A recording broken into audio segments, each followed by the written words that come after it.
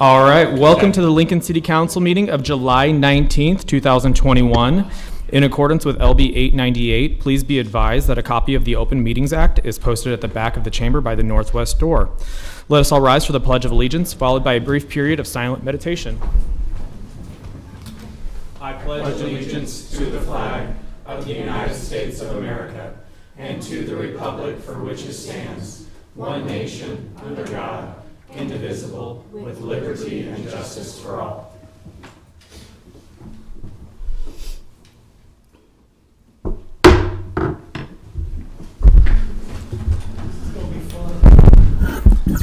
The order of business of the City Council is as follows. The clerk will call the items listed on the agenda. Under public hearing, anyone wishing to speak on an item should come forward after the clerk reads that item. The council shall require any member of the public desiring to address the council to identify themselves, the name of an organization or group, including an address that you may be representing, or if you're representing yourself and your own address, unless the address requirement is waived to protect the security of the individual. The applicant may then make one short rebuttal. Each speaker should start by identifying themselves, their name, address, organization, and whether you're speaking in favor or in opposition to the item. Testimony is limited to 5 minutes per speaker. After all public hearings, the council will vote on resolutions and items listed under third reading. On the second and last Mondays of the month, immediately prior to adjournment, anyone may speak on any issue not on the agenda for that date, nor planned for a future agenda. We will be moving item 5A to be before our liquor resolutions on section 4. Is there anyone from the council that has a disagreement with that? No. Okay. Seeing none? I think we need to vote. I would ask for a motion to move item 5A to before the liquor resolution. So moved. Second. Moved by Councilwoman Raybold, seconded by Councilwoman Washington. Any discussion? Seeing none, may we please do a roll call vote on that? Beckius? Yes. McGinnis? Yes. Yes. Schob? Yes. Ward? Yes. Washington? Yes. Bowers? Yes. Motion carried 7-0. Okay. All right, let's move on to the first item of business, please. Our first item of business for our City Council meeting Monday, July 19th, 2021 is our Mayor's Award of Excellence. Good afternoon, Chairperson Bowers, members of the council. It's good to be down here with you this afternoon to present the Mayor's Award of Excellence for April 2020. This is being presented to Police Officer Kyle Meyerson of the Operations Division. He was nominated by Sergeant Tyler Cooper in the category of productivity for his role in clearing a series of crimes that victimized dozens of our residents. In November 2019, LPD responded to numerous reports of theft and burglary at apartment complexes in Northeast Lincoln. Similar thefts at other apartment complexes soon followed, and the method of the thefts was the same at all locations.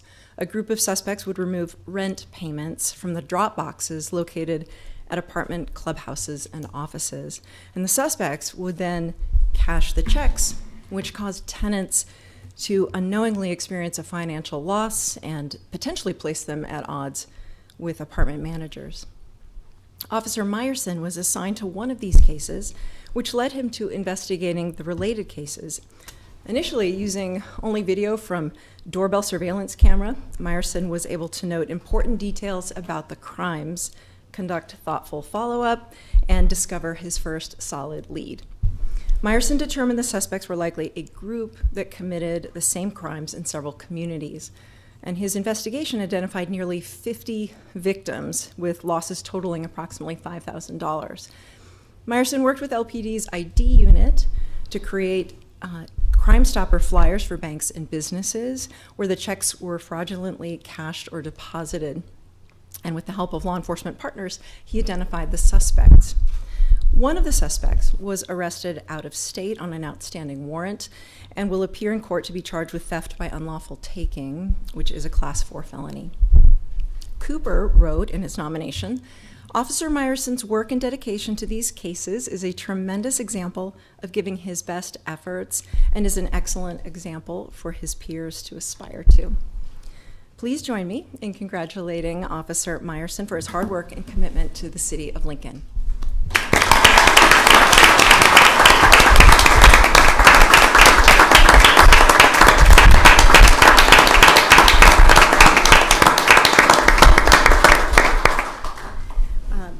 to say a few words and introduce your family? Yep. Kyle Meyerson, just want to thank you guys for having me and for the award, as well as you, Mayor. I'd like to thank Sergeant Cooper for the nomination, and he provided me with a lot of assistance that he left out of there, so I appreciate that, and all the other officers there's a lot of different officers that had a hand in the case, so I'm thankful for them too. That's about it. And your family is? Yep, my family's in the back, so. Okay. And then Chief Jackson, Interim Chief Jackson would also like to say a few words if you come forward. Chief Jackson, I'm hoping you can identify the All-Star Fan Club in the front row, too. They had double victory here. They can come for Kyle's celebration as well as the acknowledgement of the new chief.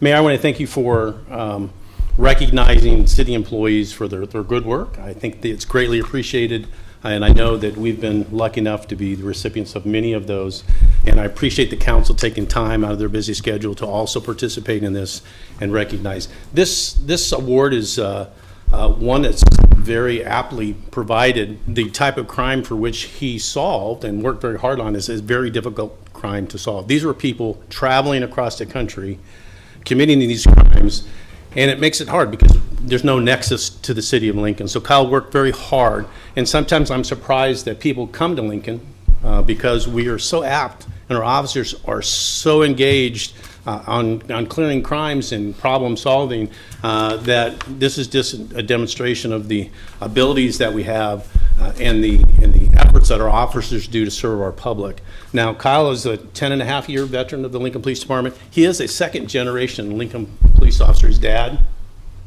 Mark, was a police officer retiring a few years ago, so we're greatly appreciative of his family and what they've done for the city of Lincoln, and congratulations. Thanks. You bet.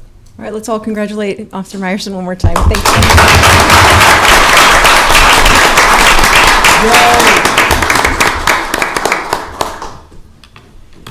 Congratulations and thank you for all that you do for our city.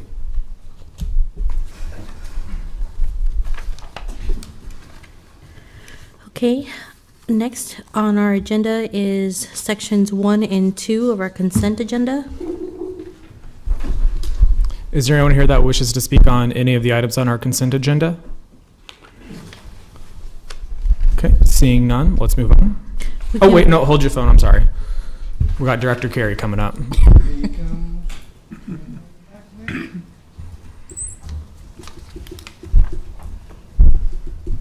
My apologies, I was further back than I thought I was. David Carey with the Planning Department. Here with Jill Grosso. She is our latest nominee to serve on the Urban Design Committee. Very pleased that she is willing to do this work for us. As you know, our commissions and committees are very important. And so this is just one more example of getting qualified folks in to do the work. So Jill's here, she can say a few words and then you can ask any questions you might want. Thank you.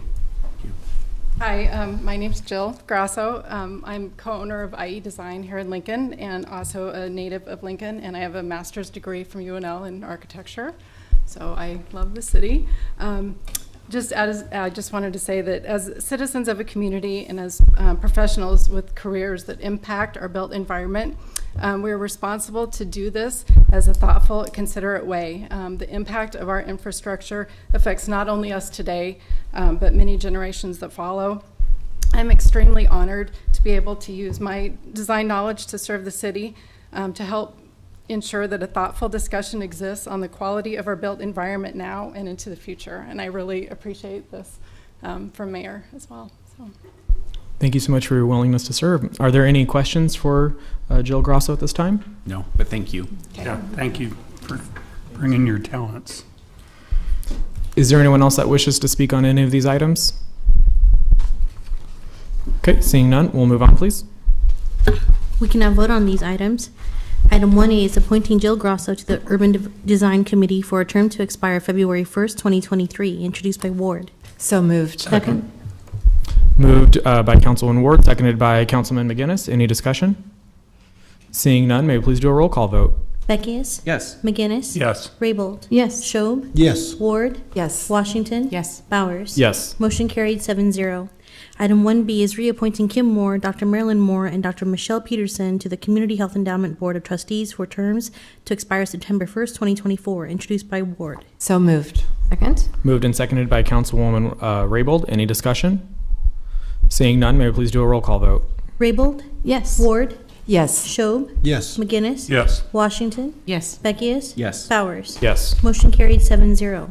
Item 1C is approving a professional services agreement supplement number 1 for preliminary engineering design services between the City of Lincoln and Alfred Benish and Company for the Adams Street 36th to 49th rehab project, introduced by Ward. So moved. Second? Moved and seconded by Councilwoman Raybold. Any discussion? Seeing none, may we please do a roll call vote? Washington? Yes. Ward? Yes. McGinnis? Yes.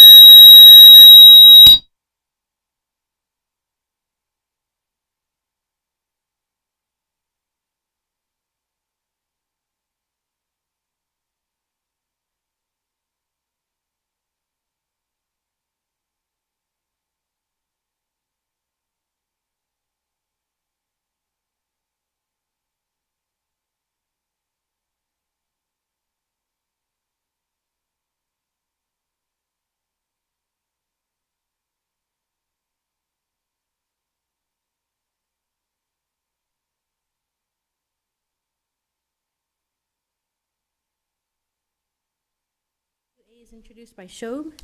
So moved. Second? Moved and seconded by Councilwoman Washington. Any discussion? Seeing none, may we please do a roll call vote? Beckius? Yes. McGinnis? Yes. Raybold? Yes. Schob? Ward? Yes. Washington? Yes. Bowers? Yes. Motion carried 7-0. I will now call items 5A is approving Teresa Ewens as Chief of Police effective August 30th, 2021. Good afternoon once again, members of the council. Want to come up and just...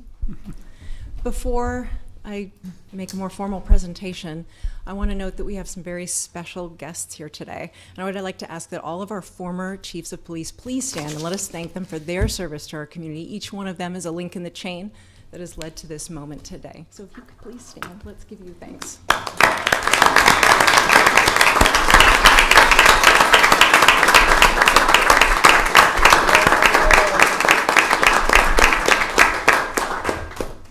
I also want to say a huge public thank you to Interim Chief Brian Jackson, who has held the fort together as we've moved forward in our search process and is a long-standing, excellent public servant in his own right, and we could not have done this without his leadership. Thank you, Brian Jackson. Where are you? He's back there. Way to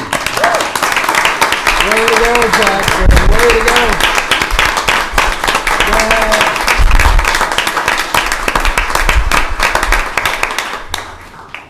All right. Well, I am so pleased to be with you this afternoon to support the nomination of Teresa Ewens for the next Chief of the Lincoln Police Department. Your approval of her appointment will be the culmination of a robust public process that engaged the residents of our community, the sworn officers and staff of the Lincoln Police Department, and the stakeholders and partners who work with them on a daily basis. Throughout that public process that was conducted over the course of the last 6 months, we learned much more about the priorities and expectations of our community and what they have for the next police chief and the future of the department. And the broad themes that we heard repeatedly include a commitment to community policing, support for our officers in the department, a commitment to diversity, equity, and inclusion, both in the department and with our community, and an unwavering dedication to transparency and accountability. After receiving over 30 applications, a committee made up of community members and key city staff narrowed the field to 4 finalists. And I stand before you today to introduce the consensus candidate who emerged from that process, Teresa Ewens. Teresa Ewens has risen through the ranks of the San Francisco Police Department, where she joined in 1995. Over the course of her 26-year career, she has served in the Field Operations Bureau, Investigations Bureau, the Special Operations Bureau, Homeland Security, and Tactical Company. And as the commander of Field Operations Bureau Metro Division, Ewens oversaw 5 of 10 district stations in the downtown area with approximately 900 sworn officers. She gained an added layer of experience in operationalizing 21st century policing and community-focused policing principles, as she led SFPD's work to develop a policy to minimize bias in policing with the Department of Justice Reform Collaborative Initiative. She has a bachelor's degree in criminal justice, has completed the FBI National Academy, the Harvard Kennedy School's State and Local Government Program, and the Police Executive Research Forum's Senior Management Institute for Police. I believe that Ms. Ewens demonstrated a strong commitment to the broad themes that were identified in our search process as priorities for the next police chief, and she shares our priority of seeking continuous improvement while celebrating the excellent work of the team at LPD today. I'm really confident that our community will continue to see outstanding results from the Lincoln Police Department under her fine leadership. And with that, I would invite Chief Nominee Ewens to go ahead and say a few words and respectfully request your support for her nomination as the next Chief of Police for Lincoln, Nebraska. Go ahead. Hello. I'm finally here. I have to thank the mayor for this opportunity and everybody that's participated in this process. I spoke to many of you. I look forward to having conversations down the road. But everybody in this room, LPD has been nothing but gracious, and I have to thank them for making me feel very comfortable. And I believe that the transition will be seamless. I really do. I come here from San Francisco. It's much colder there right now, I'll be honest with you, with fog. So I'm really enjoying this weather. But I really welcome any questions you might have of me today.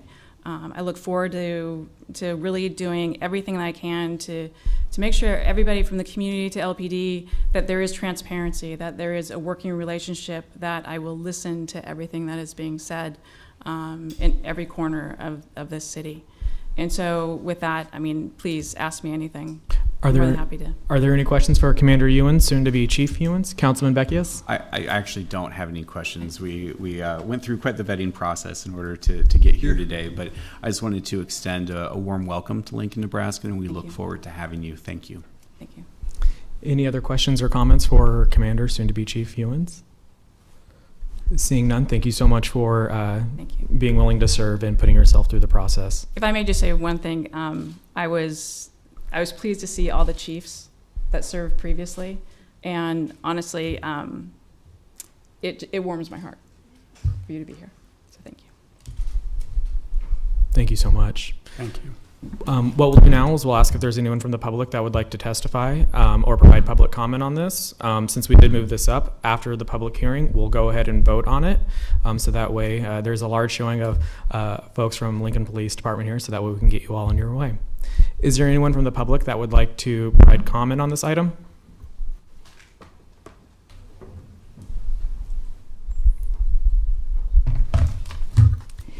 Jane Kinsey with Watchdogs.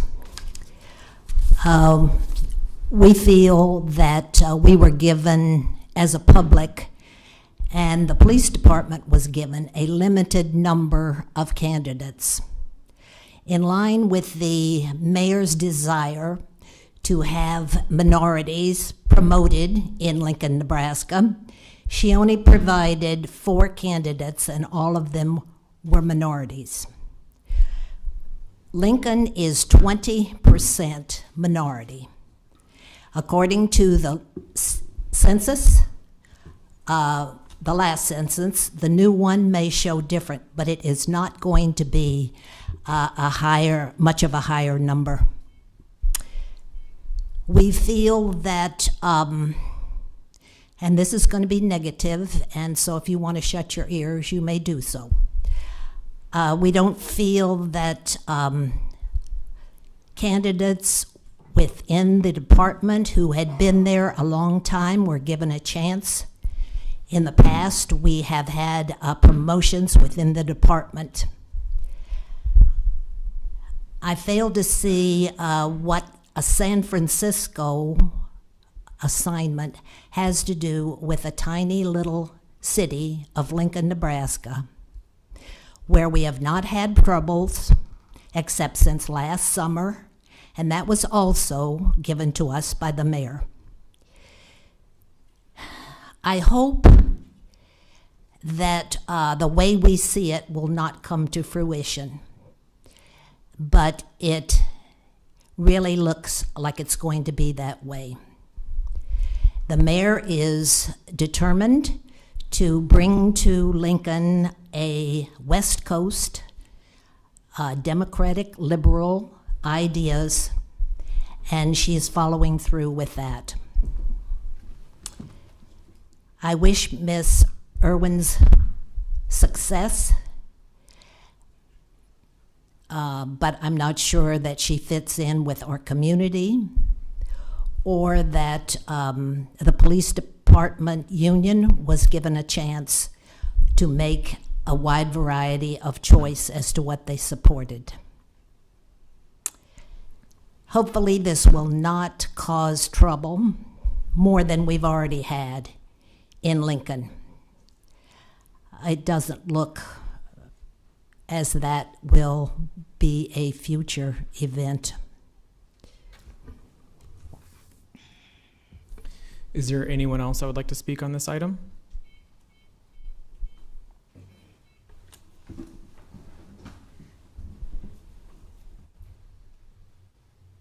Good afternoon. Roy Helm. I refer to the pronouns or fall into the pronouns of he, him, his.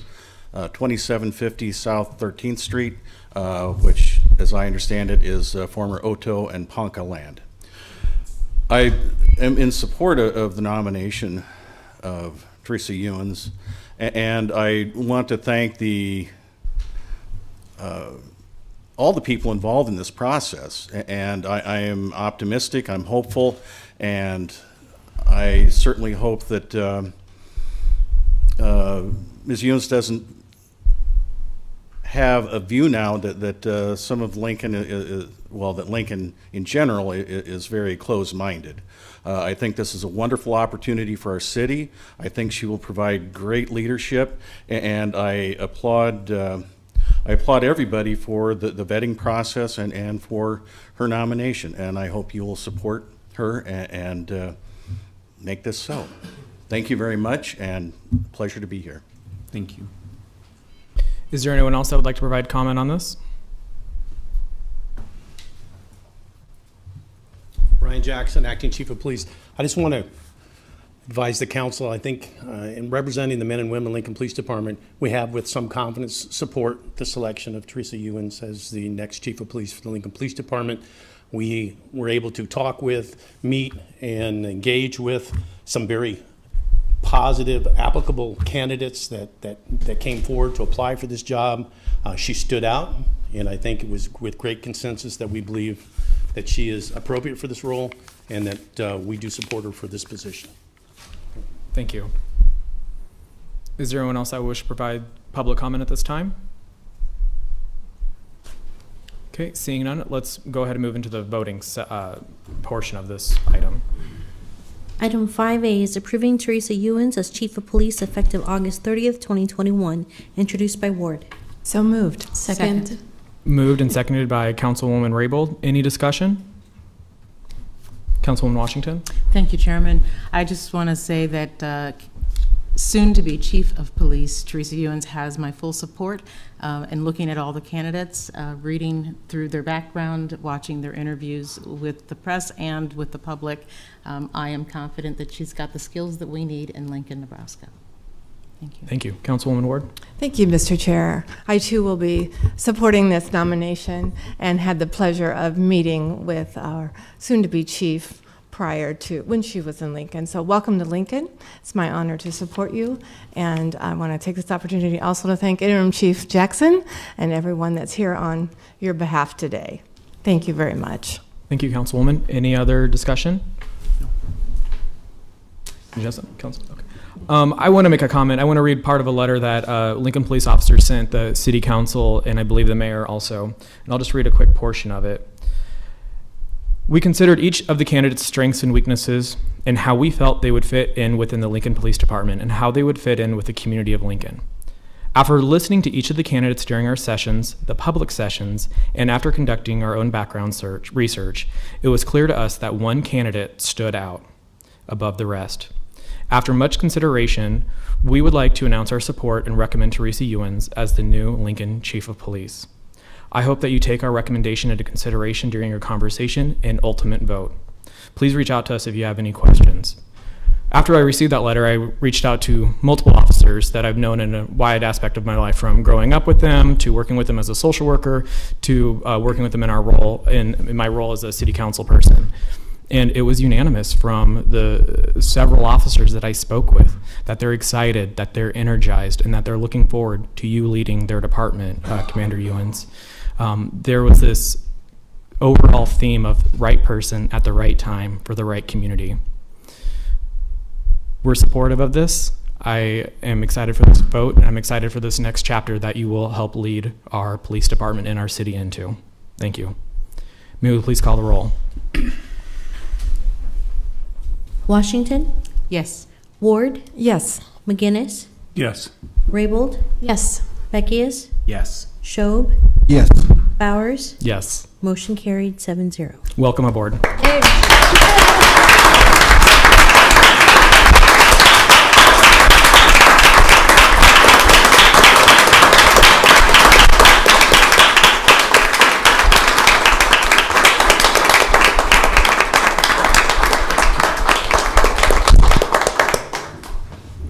Now the fun begins. 85 years of experience that precedes her. That was bad math. It's probably over 100.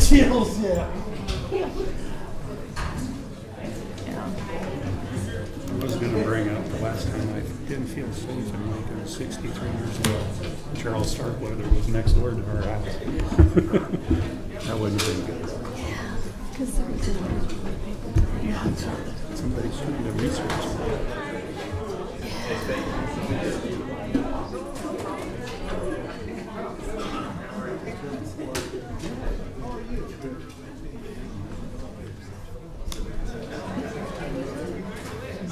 There was a shooting in my neighborhood. 66 years old. Recently? Jealous boyfriend. His ex-girlfriend through the window. If he would have missed the house, it could have hit my house. We'll resume business as soon as the room clears out a little bit, so we'll come back together in about 1 minute. Not good. It's one thing.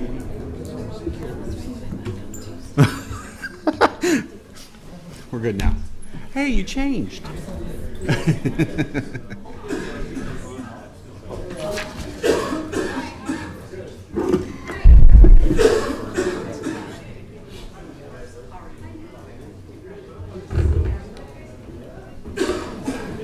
Go. Okay, we will go ahead and resume our regular agenda and move on with the public hearing for our liquor resolutions. I'll be calling items 4A and 4B together. Application of DJTE Inc., doing business as Cook's Cafe for a Class I liquor license located at 333 North Cotner Boulevard, Suite 1, and the related manager application of Jessica L. Simons. Yes, ma'am. Hi, would you please state your name and address? Jessica Lee Simons. My home address or my Business is fine. 333 North Cotner Boulevard, Lincoln, Nebraska. You raise your right hand, please. Do you solemnly swear or affirm the testimony you're about to give is the truth as you really believe it to be? Yes, ma'am. Thank you. Would you like to tell us a little bit about your application? I'm just reapplying for a liquor application after the commission denied me. Perfect. Thank you for coming down. Are there any questions from the council at this time? Councilwoman Raybold? Thank you very much. Thank you so much for coming down. I noticed your record has some serious charges in it. Could you tell us a little bit about your life and some of the changes that you have made? I was very young. I had some kids young. I was raised by a lady. My mom was incarcerated for the first 6 years of my first two kids' lives. And I just made some decisions that weren't very good. I was in the throes of some very serious mental illness, postpartum depression situations. Councilman McGinnis. Yeah, Jessica, I've gotten to know you a little bit over the last year or two, and I've been pretty impressed with the way you've handled things and the way you've run your business and how you've set it all up. You've done a great job so far. I've been visited your place a couple times, so and it's run real well. So I have faith in you going forward. Thank you. Councilman Shob. Thank you, Mr. Chair. Mr. Councilman McGinnis kind of stole my thunder. I've been to your establishment and had a good time. A good time was had by me. I look forward to visiting again. I also appreciate the fact that, as you said, you acknowledge your past and you're working toward a different future. Is that, I don't mean to put words in your mouth, but Yes, yeah. sir. And I look forward to being a part of that, a few breakfasts a month. Thank you. Any further questions? Seeing none, thank you so much for coming down. Thank you. I'll be calling items 4C and 4D together. Application of Win Vapes, Inc., doing business 27th Street Liquor and Tobacco for a Class D liquor license located at 2645 O Street, and the related manager application of Viet C. Win.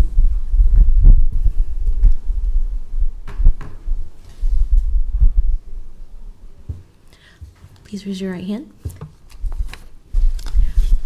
Do you solemnly swear or affirm the testimony you're about to give is the truth as you really believe it to be? Yes. Thank you. Hi, my name is Viet Nguyen. I'm from Vietnam, and I am the owner of VS Nail Supply here in Lincoln for over 10 years. And I want to expand my business to open up a liquor and tobacco shop. And I'm here and would like you to accept the application to sell the liquor to the public. And Thank you. Are there any questions at this time? Councilwoman Washington? Thank you. Thank you, Mr. Chair. Mr. Nguyen, I have a couple of questions. On your application, it says two things. In the letter, it says it's off sale only, but your application says it's a Class C, so that would be on and off sale. Will this be an off sale or an on and off sale? it will sell to go only, not for the indoor. Just to go. Yeah. Okay, thank you. And then I see you haven't had the manager's training. I will only take the handling liquor, and I will take the manager license. Okay, all right. Thank you very much, and good luck. Thank you. Any further questions? Thank you so much. Is there anyone else that would like to speak on this item? Okay, seeing none, may we move on to the next item, please. Item 4E is manager application of Andrew R. Gunther for STL of Nebraska, Inc., doing business as Target Store 0217, located at 333 North 48th Street, Target Store 2303, located at 8201 South 40th Street, and Target Store 0879, located at 5330 South 56th Street. Is there anyone here that would like to speak on this item? Investigator Scott Parker, Lincoln Police Department, 575 South 10th Street.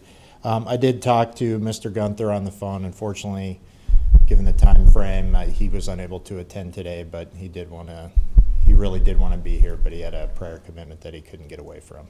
Perfect. Is there any questions at this time? Okay, seeing none, thank you so much. Is there anyone else that would like to speak on this item? Seeing none, may we please move on? Mr. Chair, I'd like to motion that we approve items 4A through 4E. Second. Moved by Councilman Shob, seconded by Councilwoman Washington. Any discussion? Seeing none, may we please do a roll call vote? McInnes? Yes. Ward? Yes. Raybold? Yes. Washington? Yes. Shob? Yes. Beckius? Yes. Bowers? Yes. Motion carried 7-0.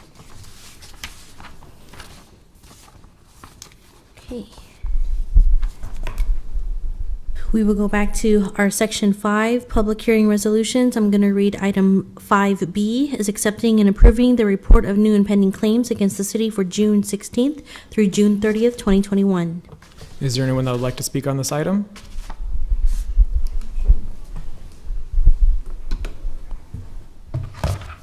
Jane Kinsey with Watchdogs. I see within the last couple of meetings, there have been notice from 5 different people who are involved in the protest, who are filing million-dollar lawsuits against the city. I wonder if the city can pay these. And if they are approved, what kinds of downsides will it pay in the budget that we have? It looks like a lot of people are jumping on the bandwagon here, and you need to be very careful. We're very concerned about this. I don't know how many others there have been, because it's been over a year since we have had these protests. I would urge the council to discuss this with the city attorney and find out if those people can be dissuaded from doing what they have. Of course, they had made an appeal, and now they're filing the lawsuits. So it looks like there's 5 of them. Eliza Poole, Jackie and Jeff Bunchen, Kevin Michael Scott, and Marcel Austin. This is a serious situation for the financial arrangements of this city and for the message that is being given to people that, sure, you can file a lawsuit and get some money out of this. Thank you. Is there anyone else who would like to speak on this item? Okay, seeing none, we'll go ahead and move on.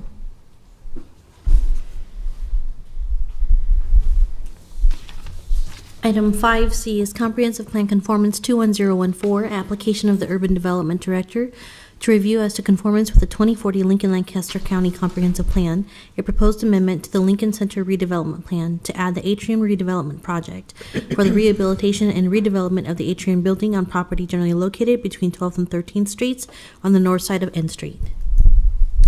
Good afternoon. Dan Marvin, Urban Development, 555 South 10th Street. Here today before you with the Atrium building, and we're real excited about the developments that can go on at the Atrium. This will allow us to move forward into a redevelopment plan on that building, and we hope that it will address issues that concern skywalks, energy efficiency within the building, streetscape on the first floor. We think that it has an opportunity to address long-term parking needs for that building, and also we have some vacancy, so we would like to be able to fill up some parking locations in the Center Park building. I think that because it's such a large space, there's a great opportunity over in this key area of Lincoln that as the Atrium builds out, I think it'll be a catalyst for the downtown as well. Project has been before the Planning Commission, was approved unanimously. It's been reviewed by the Urban Design Committee. They've suggested that it move forward to you, and with this vote today, we look forward to be able to bring a redevelopment agreement to you in the not too distant future. I know the developer's attorney, Mr. Seacrest, is here available to make some comments, but I'm happy to answer any questions. Are there any questions for Director Marvin at this time? Okay, seeing none, thank you so much, and I would invite up Mr. Seacrest.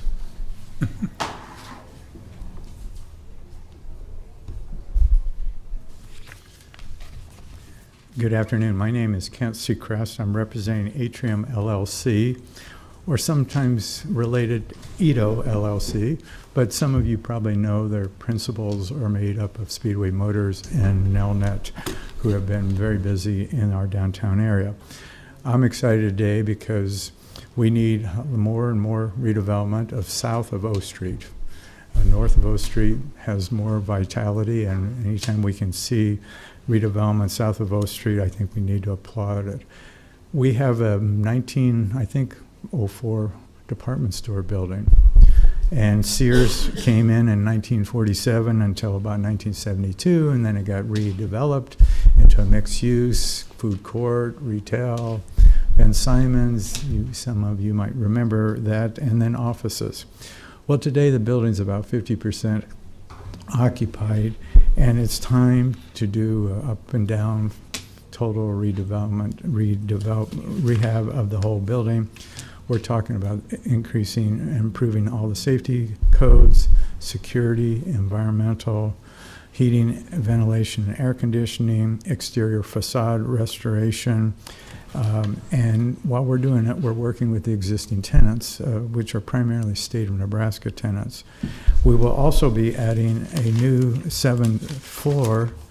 It's really a rehab, but it's going to be a space for tenants.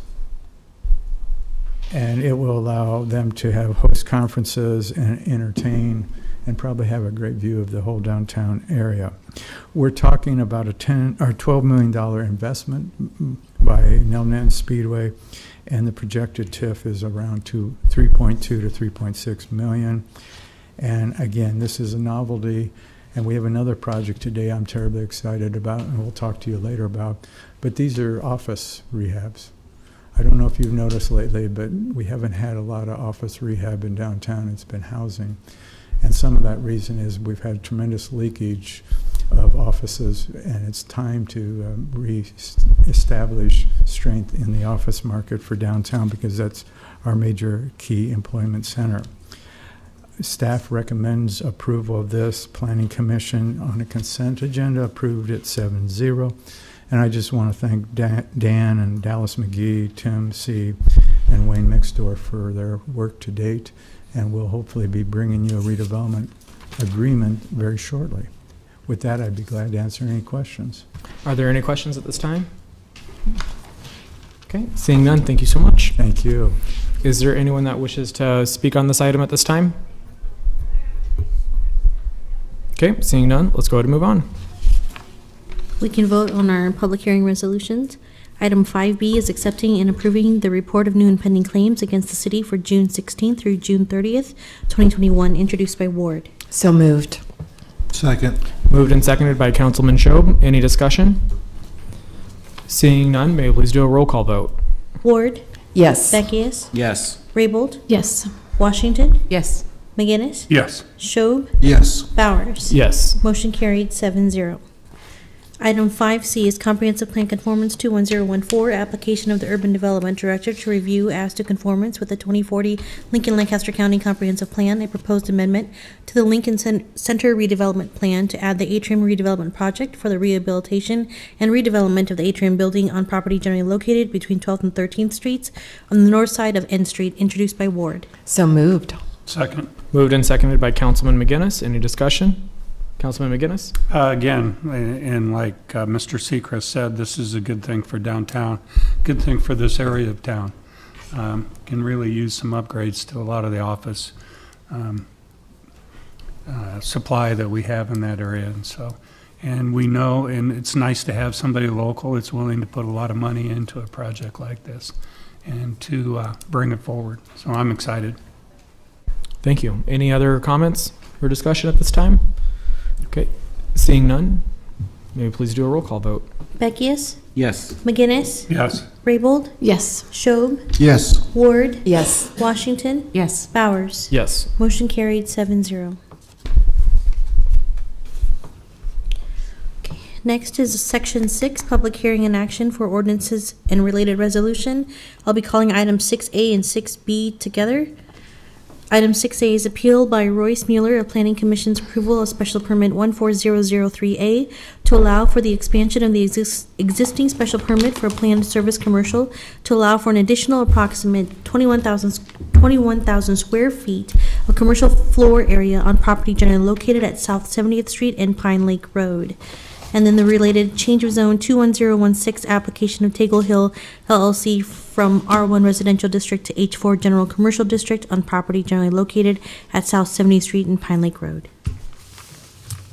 I think we all missed our chance to speed on the streets earlier today with the police presence.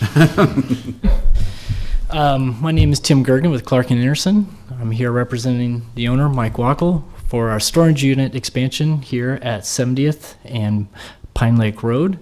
We're here for a change of zone, but also an appeal for the special permit, which was approved unanimously at Planning Commission.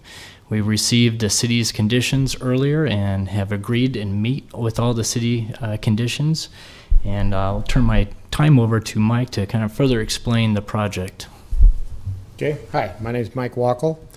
I am the owner of Pine Lake Self-Storage. I am my wife Carla, and we're at 6825 South 70th Street.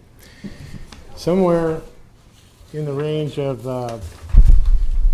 6-7 years ago, I don't remember the exact date, but I came to you guys with an idea to develop the corner of 70th and Pine Lake across from Home Depot. It had been sitting vacant for quite some time, and the plan was to develop the streetscape along 70th Street with a couple office buildings and then put a self-storage unit in behind it. And that is what we have today. This was the plan. We were going to have 2 office buildings in front. Today, Maranatha Dental is there, and there's also going to be, just finishing up now, excuse me, is Ehlers Veterinary Clinic. So there are 2 very nice medical office buildings right in front, and my storage unit has been there and in operation for 4+ years, somewhere in there. We're doing very well. And we like the spot. Our customers like us.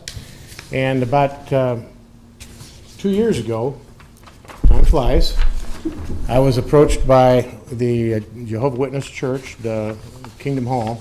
They wanted to sell a piece of ground to me. And it's taken a long time because there's a lot of quirks of the piece of ground, but the piece of ground, just for orientation purposes, is this is the Kingdom Hall Church here, and this is the backside of my storage unit along here. So there is a patch of green space, which you probably have never seen. When you look that way, the only thing you really see is a big old bunch of trees right here, and behind that, it's all grass.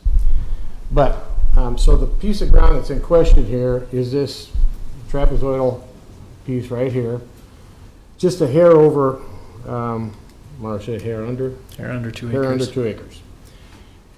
The thing about this property is it's got a lot of problems to it. It's next to a flood way, and it's got flood zone on it.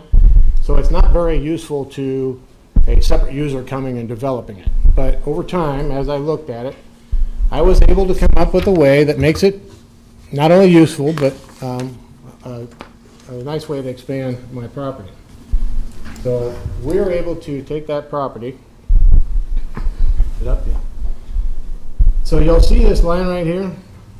That is the floodway line, so you can't build anywhere within that. So you can't get access to it. So my access is going to reuse basically the same access that I have. I do not need any new access. I will remove a couple of my storage units that are here now, just expand into the new facility. And I'm able to capture the ground in behind the floodway and keep all the zoning, or keep all the setback requirements and design requirements that are necessary to build the facility. It's a good addition. It'll be great for our business. We're anxious to use it. Happy to answer any questions you may have. Are there any questions? Councilwoman Raybold? Yes, thank you, Mr. Wackel. Mr. Gergen, could you just go over one by one the conditions that you have agreed to for this parcel of land? Sure. Well, we can go forward with it. As part of our planning condition approval is we have a landscaping plan here, but we have agreed to double that amount of landscaping with trees and shrubs, and we have also agreed to put in irrigation on that back landscaping to further the growth, to expedite the growth of those trees. That was the one agreement that we adhered to at the Planning Commission. Throughout the course of the city requirements is we're going to extend a driveway connection over to the church property so that the city can enhance that if the church ever decides to sell for future growth, that they would have the ability to access through the property to get to the 70th Street via internally. So that was another condition we agreed to. We agreed to the setbacks, the existing setbacks of 40-foot condition, and we've agreed to the stormwater detention requirements as always by the City of Lincoln. Was there any additional screening besides the landscaping that you agreed to?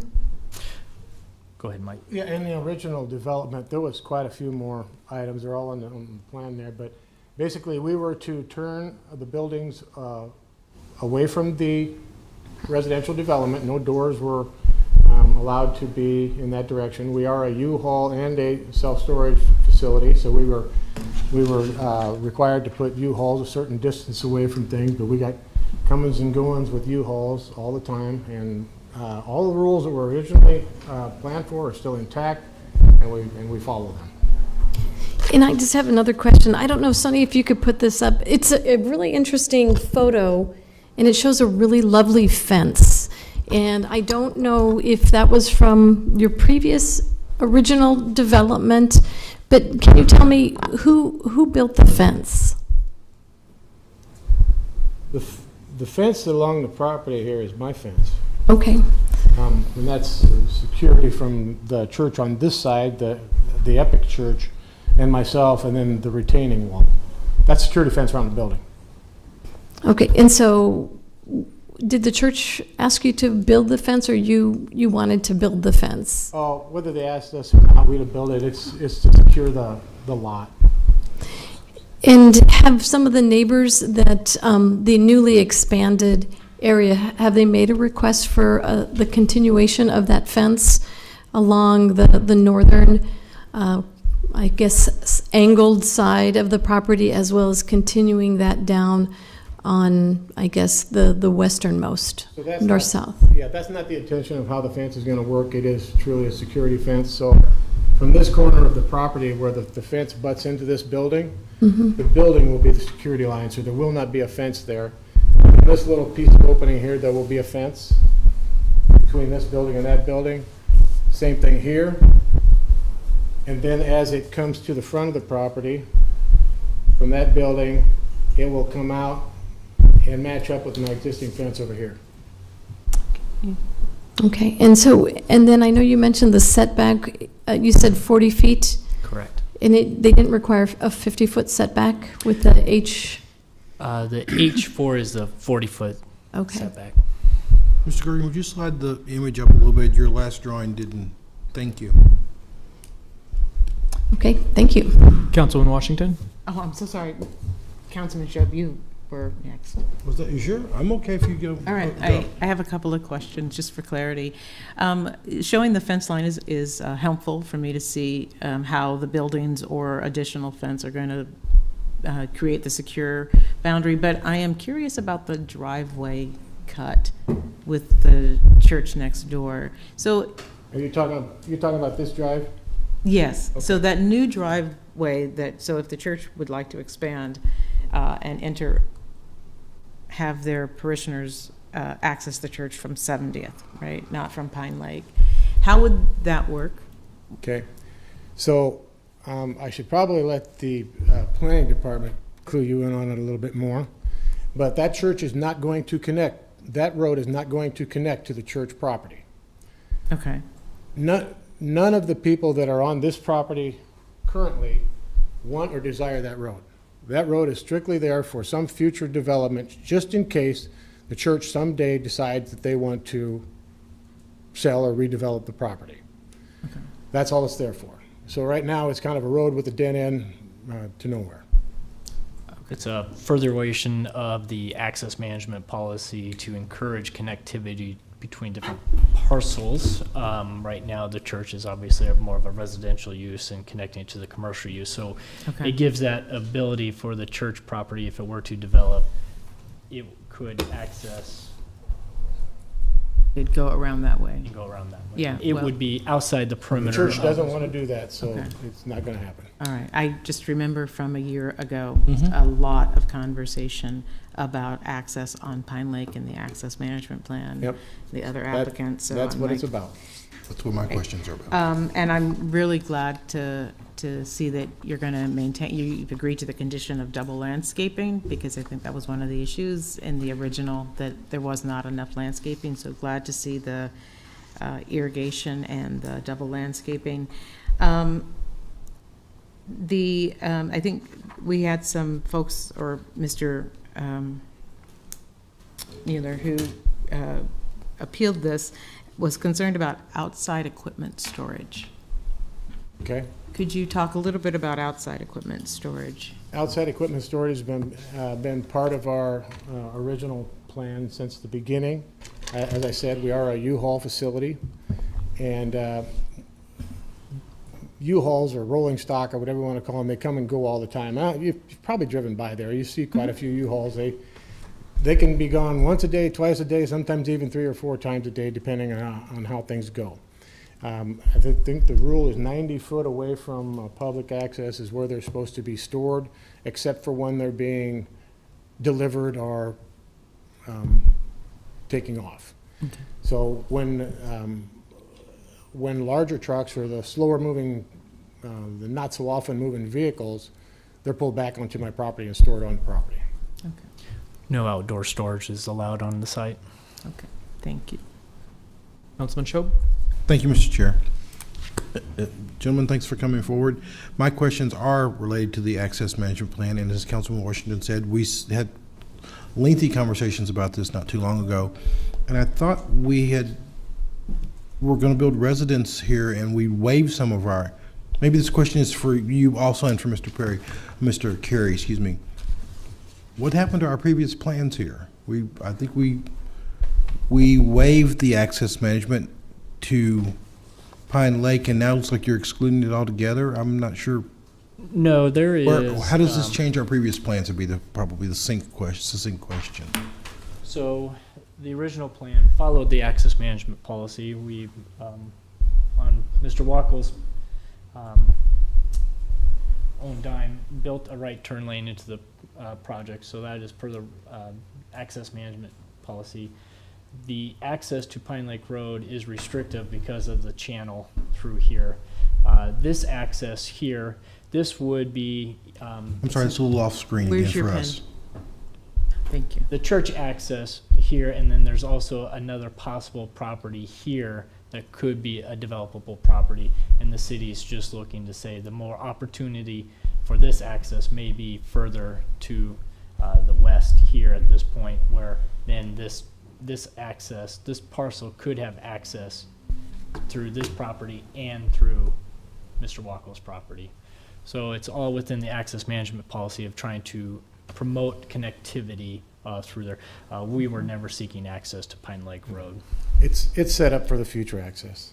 Okay, I appreciate what you're saying. I think the way I remember it, and I'll ask Mr. Carey to help me, is we waived the access management policy for a different property here, and this seems to be going back to within the current established access management plan. I'm a little confused on where we are and where we're going. I think you guys are in compliance. Right. We may have Mr. Carey coming in. I think, that would be helpful to me, Mr. Chair. When everyone else is finished, I'd like to speak with Mr. Carey. Are there any further questions for the applicants at this time? Councilman McGinnis? Real quick, you said there will be no access easement across your property. Is that correct? There is currently an access easement right now through this right here. Okay. So it is a platted access easement. Okay. Any further questions, Councilman Beckius? Yes. To the applicant, there's been some discussion with neighborhood residents as well in terms of maybe sharing some of the required screening both on your property and the rear setbacks of their property. Are you open to that agreement? I certainly am. The landscaping that we agreed to, if the neighbors, the residential neighbors want to have that landscaping on their property, great. Okay. It's probably even better for me. The church, they really don't care. I mean, they're just looking. They want to sell this piece of property. They don't use it. They have to maintain it. It costs them money. They could do other things with the money for ministry reasons, and it's just a better deal for them. Thank you. Any further questions for the applicant at this time? Okay, seeing none, thank you so much. I now ask for Director Carey to come up.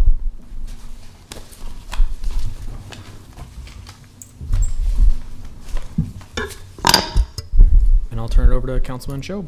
Thank you. David Carey, Director of the Planning Department, 555 South 10th Street.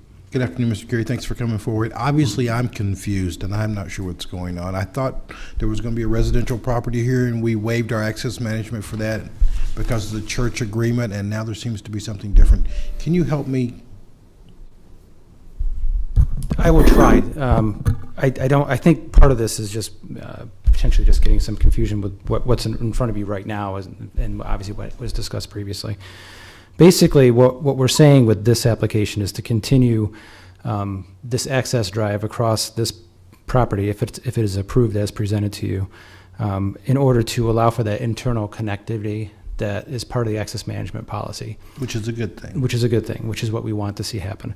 Really setting us up for a time, if and when the church were to redevelop, that connectivity would continue across into this area. What you're referencing previously, what was before you, was for this property over here to the west. And at that time, the driveway was approved to be allowed to connect to Pine Lake Road as part of that application. But the interconnectivity concept was remained in as part of that as well. So what we're setting up here is that if this were to develop, that we would continue that internal drive, and eventually, if this access drive were to actually happen at some point in the future, that could become the only access point, and we would get rid of the current access point that's there today if this all were to redevelop. That's not something that's being proposed right now, but this is just setting up so that the future can be done that way. I appreciate it, and the map does help me. I think I confused those two properties. Okay. Thank you very much. Thank you, Mr. Chair. Councilwoman Raybold? Mr. Carey, could you talk a little bit about what are appropriate uses in an H4 zoned area? We're changing it from residential to H4. Well, what I would say, I think the quickest answer to that is that what could go there? The special permit itself is required here and will limit the use to the self-storage. So that's the mechanism that we're using to control what can happen on this property. So it only can be used for self-storage? Unless there was a proposal that would have come back in for another approval. So in the future, I think some of the neighbors were concerned, should it be sold? It's already zoned to H4. The special permit will stay with the land and would have to change to change the use. Okay, thank you. Councilman McGinnis? Yeah, that was going to be my question. So, future, it couldn't be a car lot, couldn't be a convenience store, any of those type of things? Not under this action that you are being asked to take, no. And do we need to have it H4? Could it be a special permit in an R1? I think the special permit used with the underlying H4 is determined to be the best way to present kind of what the use is there, because it's the self-storage is an allowed use in H4. Do we have a lot of highway commercial car lots and stuff next to R1 zone ground? I think it depends on where I think I'd have to take a look at that. I'm sure that there probably are some instances of that, and especially in older areas. But again, I wouldn't say that this is the use that's being proposed is not a car lot. So, any further questions for Director Carey? Councilman Shob? Thank you for giving me a second chance, Mr. Chair. I would like to back up to a little higher level and talk about the appeal. Approved by Planning Commission and then appealed. So the special permit often is final action at the Planning Commission, unless it is appealed within 14 days of the Planning Commission's action. And that period played out, it was appealed, and so now it's before you for your action, and that's the process that's taken and allowed for. But yes, it was approved. The special permit and the change of zone were approved by the Planning Commission, and the special permit included the approval of a motion to amend that includes the additional landscaping and screening that was discussed previously. And so the appellant was not happy about something. That's the reason they appealed. Have their concerns been addressed, or what were their concerns? I think there probably are some folks here today, perhaps as part of the public hearing, that would like to state. I will stop talking and let that happen. Are there any more questions for Director Carey at this time? Okay, seeing none, thank you so Thank you. much. Thank you. Is there anyone else that would like to speak on this item? Come on up. And please just state your name and address, please.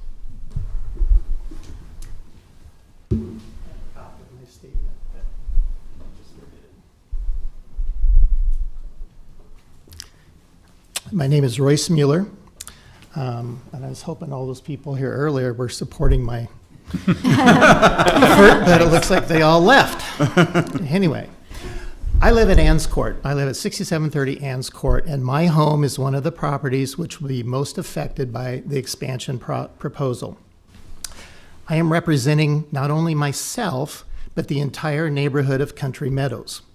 Although there was interest in everyone coming down and presenting with a 3 to 5 minute speech per person, 120 people talking, that would have added additional 6 hours of testimony. And in respect for your time, I'm speaking for the neighbors. You should have received a copy of a statement signed by all of Country Meadows residents, which I produced to the Planning Commission stating our opposition to the project. So in the interest of time, I would like to limit my talk to 3 items for you to consider before making your decision. Point 1. The first item involves a drop in property value. And I know you hear it all the time, and it's hard to quantitate, but common sense would suggest that putting a 300-foot steel building adjacent to your property would likely make the property less desirable for future sales. And interestingly enough, the developer also agrees. In fact, if I quote the developer who stated in their application regarding this property, the subject property is located between a church and a commercial self-storage facility, and it is not likely to be desirable for residential land use. So if I understand them correctly, they feel that no one would want to have their home and property adjacent to a mini storage facility. And yet they think it's okay to move the mini storage facility to a location adjacent to people's homes and properties. That doesn't make a lot of sense. Ask yourself this: if we didn't have the zoning in this community, would you want a 300-foot metal building 13 steps from your backyard? That's about from here to that wall. I've had other parties express interest in possibly purchasing the church land and keeping it green space or some other limited development. So this is not the church's only option. Point number 2. During the Planning Board Commission, the members were shown photos of how this would not impact my property. The pictures are mostly shot behind the trees, and they just happen to fail to mention that according to their site plans, several of those trees were planning to be removed. I suspect the term for this now is misinformation. Part of the 2040 comprehensive plan includes the following statements: develop commercial areas to be compatible with the character of the area, ensure compatibility with adjacent neighborhoods, avoid encroachment into existing neighborhoods during expansion, take steps to ensure expansions are in scale with the adjacent neighborhood properly screened, and fulfill a demonstrated need that's beneficial to health and safety. A 300-foot steel building that stretches completely across the back of the Pugsley's property and along the side of mine is not compatible with our homes. My understanding is that's what RT zoning was for. Third point, we had an agreement with Mr. Wackel years ago. He came to us pleading for Country Meadows to support his original mini-story facility. Many of you remember the history of this corner, and in the interest of time, I don't need to rehash all of that. Suffice to say that we agreed to support him at the time due to the very limited size and scope of the project. At that time, it was not adjacent to our properties and provided adequate green space. Unfortunately, we offered that olive branch to stop the fighting on development of this corner. What we find out now is that our gesture of goodwill possibly lead to disaster for the whole neighborhood. That is why all 60 homes in Country Meadows are against the change in zone. Converting it into a commercial project opens the door for the church property to possibly convert to commercial when and if it develops as well. Even during the Planning Board Commission meeting, the chair stated that she knew this would happen and expected it. We have the Epic Church on the other side and an open lot, which could also redevelop in the future.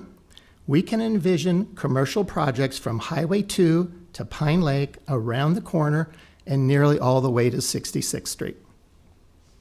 The agreement that we had with the city when Home Depot was proposed was to protect Country Meadows from invasive commercialization. I ask for your support in defeating the change in zone and special permit. And if you feel that this expansion is appropriate despite our concerns, I would ask for significant changes in setbacks, screening, and somehow prevent the expansion of future commercial projects involving this land and the surrounding properties in the future. Thank you for your time. Thank you. Are there any questions for Mr. Mueller, Councilwoman Raybold? Mr. Mueller, thank you for coming down. Can you tell us a little bit about the setbacks you would like to see, the additional screening that you mentioned? Well, a 300-foot setback would be wonderful. However, what they're offering is 40, which is 13 steps. And so if you consider this a metal wall, 13 steps from us, that's what would become adjacent to a part of my property and completely across the back of the Pugsley property. So if we could double that, I don't know, it sounds to me like everyone is focused on having this project run through. So the things that would help protect our neighborhood would obviously be favorable. Well, could you talk a little bit about screenings? On one of the drawings that was shown to us, they showed landscaping elements along the boundary. So right. Apparently there's a 40-foot setback from the property line. And right. Then I don't know if you feel that that is adequate screening and landscaping to conceal. I don't know the exact height of the metal building I would have structure. to defer to them to the height of the metal building, but the original project went in and they did put in landscaping, and it was according to the rules that they were given to put it in. The trouble is, after 6 years, they still had very minimal screening effect, and photographs were submitted earlier to the Planning Commission showing kind of the wide gaps and everything in the screening. So I appreciate them offering to double the screening. I think that's a step in the right direction. But the further from the property makes it easier to have green space along with the trees and stuff to actually facilitate this look. I don't know how much landscaping you can put down in that swell, which would give them their 40 feet, because that is so wet down in there. Even my neighbor, Mike Olderback, has multiple trees dying on the edge of his property because of the water in that area. So I'm not convinced something would actually be able to live in there. Okay, thank you. Are there any other further questions? Councilman Shob? Thank you, Mr. Chair. Mr. Mueller, in your point 3 of your document you shared with us, yes, you mentioned an agreement you had with the city? Yes. Back when, in the early 2000s, when Home Depot was being proposed, Country Meadows was in big attendance, asking for, to avoid this and stuff. And at the time, it was proposed that, okay, if we allow this to go in, that they will protect the west side of 70th Street from commercialization. And over the years, there had been a number of projects that came before the city council to change this to commercial. I believe Paul Rogie was one, and he actually went in and bought the house that was sitting there, tore down the house, tore down the barn, and then presented asking to change the whole corner to commercial. Fortunately, the planning department And City Council at that time told him no. Said, we have an agreement with Country Meadows. We were not going to have commercialization on that side. And that's why we have fought this for almost 20 years. I'm a little, and perhaps the city attorney can address the city having an agreement with a neighborhood. Do you have any documentation of that? I do not have that with me, no. But it'd have to go back to all the Country Meadows presidents and everybody else who's been down here talking for years, so. Okay. We'll go Councilman McGinnis, Councilwoman Ward, Councilman Beckius, Councilwoman Washington. So we'll go down that line. I just want to re-up that, yes, I was part of that with Home Depot. And it was long discussions, and I think it was put into the special use permit. There are certain restrictions that Home Depot couldn't be open past 10 o'clock at night. There were no loudspeakers. There were a lot of conditions that Country Meadows allowed eventually for us to be able to do the Home Depot. So there was a lot of agreements that were put forward at that time for that. So that we had long discussions. Councilwoman Ward? Thank you, Mr. Chair. Thank you for your testimony. I just wanted to ask and clarify in terms of your notion that your neighborhood, Country Meadows, could have purchased also the land. And I was trying to go back and find that in your comments, but we heard earlier that the church approached the applicant, but you also said that you had the opportunity and others to buy the parcel. In having a meeting with our neighborhood, there were several people who said, well, is it possible for us just to buy the land? And unfortunately, the contact person at the church, his last name is Stewart, and I was able to talk to him by phone on one occasion out of 14 attempts. And he was also supposed to connect me with the church developmental head guru on the East Coast, and he never returned my call either. So we are not any further than that. Okay, great. Thank you for clarifying that. Councilman Beckius? Sure. Would it be advantageous to you and your neighbors at all to be able to share the landscape screening requirement as amended by the Planning Commission on both the applicant's property and your property so that you can control some more of that landscape screening? I know a big part of the Planning Commission meeting focused on the neighborhood's disappointment in the landscape requirement, although it was being met by the applicant, the overall outcome of it. Right. And yes, sharing the landscape is not a bad idea, and we could support that. I mean, placing landscape higher up on my property than rather down in the swell would make it screen at an earlier date. Mm-hmm. Plus, it might be a little safer higher than down in the waterway, which I think will make it hard for landscaping to survive. Okay. Thank you. Councilwoman Washington? Thank you, Mr. Chair, and thank you, Mr. Mueller, for coming forward. I had a similar question about the nature of the agreement, so I will go to law at some point and see where that is. But in discussing landscaping and looking where your property is and your neighbors right there on that curve of Ann's Court, it really feels like some of the screening would also need to be done on a property where the owner has not or may not be present today. The parcel that's zoned AGR. I don't have I'm trying to figure out how, so I can see where screening happens from the applicant and how you could, how screening on your property, but it also looks like folks who are north of you, in order to get some screening, would need to involve another party. I don't have That's the map that confusing you're to looking me at. about how to get more screening when that is on a intermediate property. Could you describe your neighbors? Could you specifically describe the lot on Marcus Drive and your neighbor that we're speaking of there? Because I think, sure, Councilwoman Washington, the parcel that you're describing is the rear setback of a yard of one of his neighbors. Right. Oh, okay. Which is Pugsley. Yes. Huxley is directly north? He's directly north, and he Yeah. goes almost straight down into Got the it. property in question. Okay. My property goes straight down into the Jehovah Witness Church, and then I have a corner that sticks out, which would be adjacent to the upper portion of their project.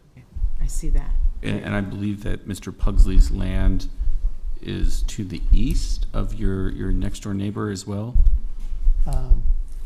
He is to the east. His backyard, at the very rear of his yard's to the east of Right. your neighbor with the swimming pool? Right. Okay, very good. Thank you. Any further questions for Mr. Mueller? Okay, seeing none, I will ask if there's anyone else from the public that would like to speak, and then I will open it up to city staff to provide to answer questions, and then I'll provide the applicant a chance to provide rebuttal after we've done the public hearing and the city staff questions. Is there anyone else from the public that would like to provide comment at this time?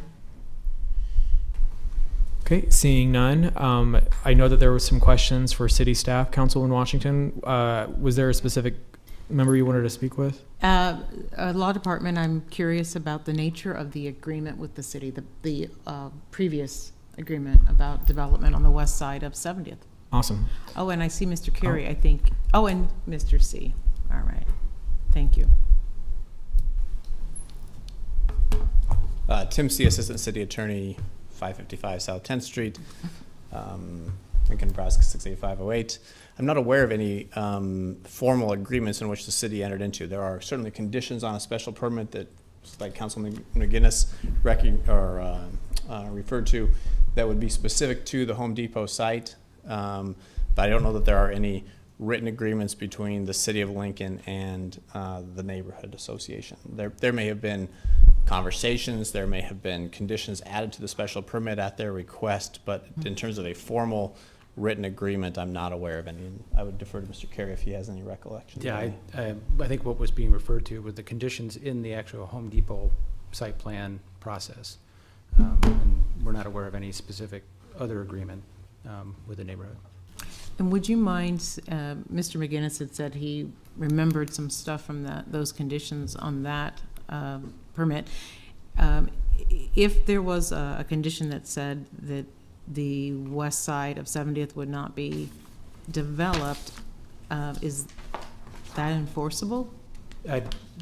We would not enter into that type of a agreement unless there was a cooperation with all the property owners that specifically were to enter into it, and that's what we're saying is that type of agreement is not in place. Okay, thank you for clarifying that. Councilman McGinnis? Yeah, I guess I should have read more about the special use permit that's being proposed here. Is there a height restriction in the special use permit, or colors or material or anything like that? There's a general height limitation per the zoning, but I don't believe that there's a color. And what material. is that height limitation in an H4 zoning? You know? I need to look it up. I don't. Because there are multi-story storage units in town. Could be, yes. So this could be 2-3 stories high. And we're not limiting that in the special use permit? The plan that's provided as part of the special permit, that the enforcement would be that it would have to generally abide by what is on the plan, and what they're showing as a single-story unit. And if they wanted to change that plan, they could do that administratively? I think some things could be done administratively, but I believe a significant change like that, we would want it to come back through the approval process. The general height limit on a H4 is 55 feet. 55? Okay. Any further questions for city staff at this time? No. Okay, seeing none, thank you both so much. And now I would invite the applicant up to provide a rebuttal.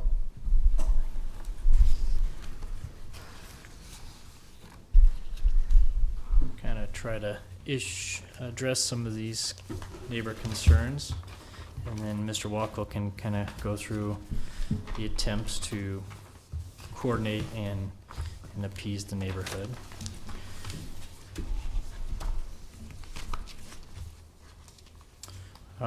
Again, we're just going to reiterate, we've been through city staff. We have city staff support. We have agreed to city staff conditions. We've been through planning commission. We have unanimous approval through our peers at planning commission. We are proposing a development that will give impact fees back to the city of Lincoln. That will give tax benefits back to the city of Lincoln. We have brand new roadways that was just built by the city of Lincoln in this area, 70th Street and in Pine Lake Road. These new roadways encourage development as well as development around us. We have a exhibit here that shows setbacks from existing homes. To the north, we have 360 feet. To the northeast, we have 390 feet. To the west, we have 310 feet. And to the far west, we have 300 feet. A city block is 300 feet. We're giving a setback of 300 feet. We have impending setback of a 40-foot, which is what we're abiding by through the current zoning of 40-foot. Country Meadows, back when I was a kid, was in the heart of, on the edge of Lincoln. It's now, unfortunately, 3 miles inside the city limits. It's no longer on the edge. Our comp plan encourages density. It's reducing setbacks. That's what we're doing here, is we're abiding by the city setbacks for the zoning ordinance. We came in with a proposal that had more than what the city of Lincoln requirements for landscaping is. We came through planning commission and doubled what we were already proposing. We don't know of any agreement with the neighborhood when we developed the property initially. We originally came forward and pitched a 2-story storage unit here. Storage units are complicated. Double story, triple story, it adds elevators, it adds freight elevators. We are not proposing anything of the sort. We're keeping single story here.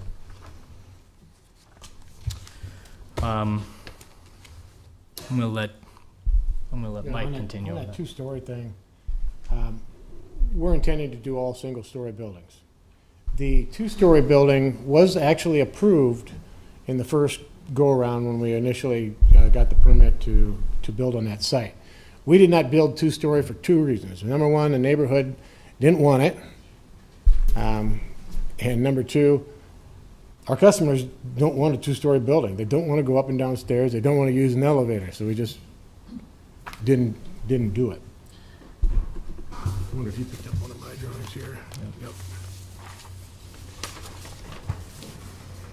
So when I heard that this property wouldn't be, that I said that this property wouldn't be desirable for residential or anything else. And given the layout of the way the land is now, that's fairly true, because access to this property has to come through a floodway, and half of it is used up by the flood zone that you're on. And by the time you take that lot and make it skinny, residential really isn't going to be a really good option for this piece of ground. By chance, I'm able to get at it through my property. That's what makes this piece of ground useful, because I don't have to have new access, and I can expand on what I'm doing. We agreed to more landscaping on the site.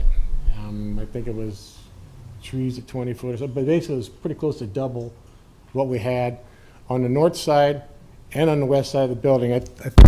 Sorry. I think you asked a question about screening on the north side of the building, and that comes in this area as well. Yes. So it is screened to the neighbor's property, and that screening can come down further if it wants to, or it can go up on the neighbor's property if it wants to. But we did not build up in this zone of that property just because it's too triangular shaped and are too small to really make any progress with it. So there is a lot more green space than what he's showing on his what his drawing is there. So there are some. Show this first. These are some photos taken from. I'll show you where they're taken from first. probably standing about right here on the property, somewhere right in here. This is looking back at the residential places. This is the property to the south.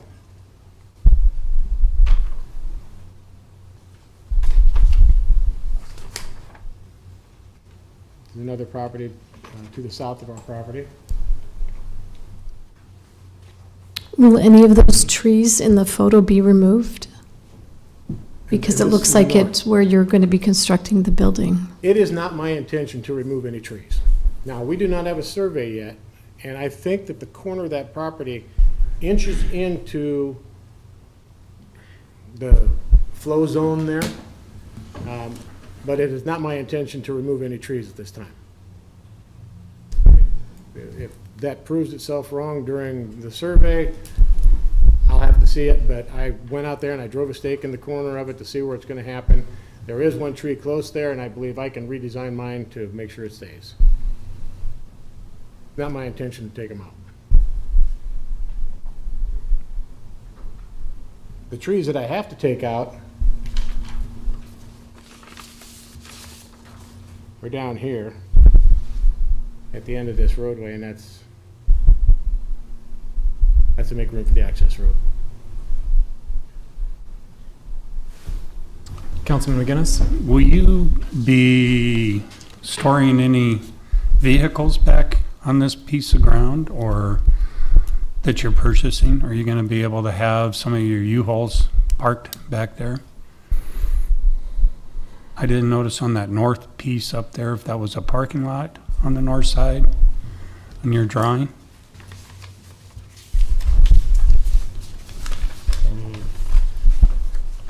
In this piece here? Yeah.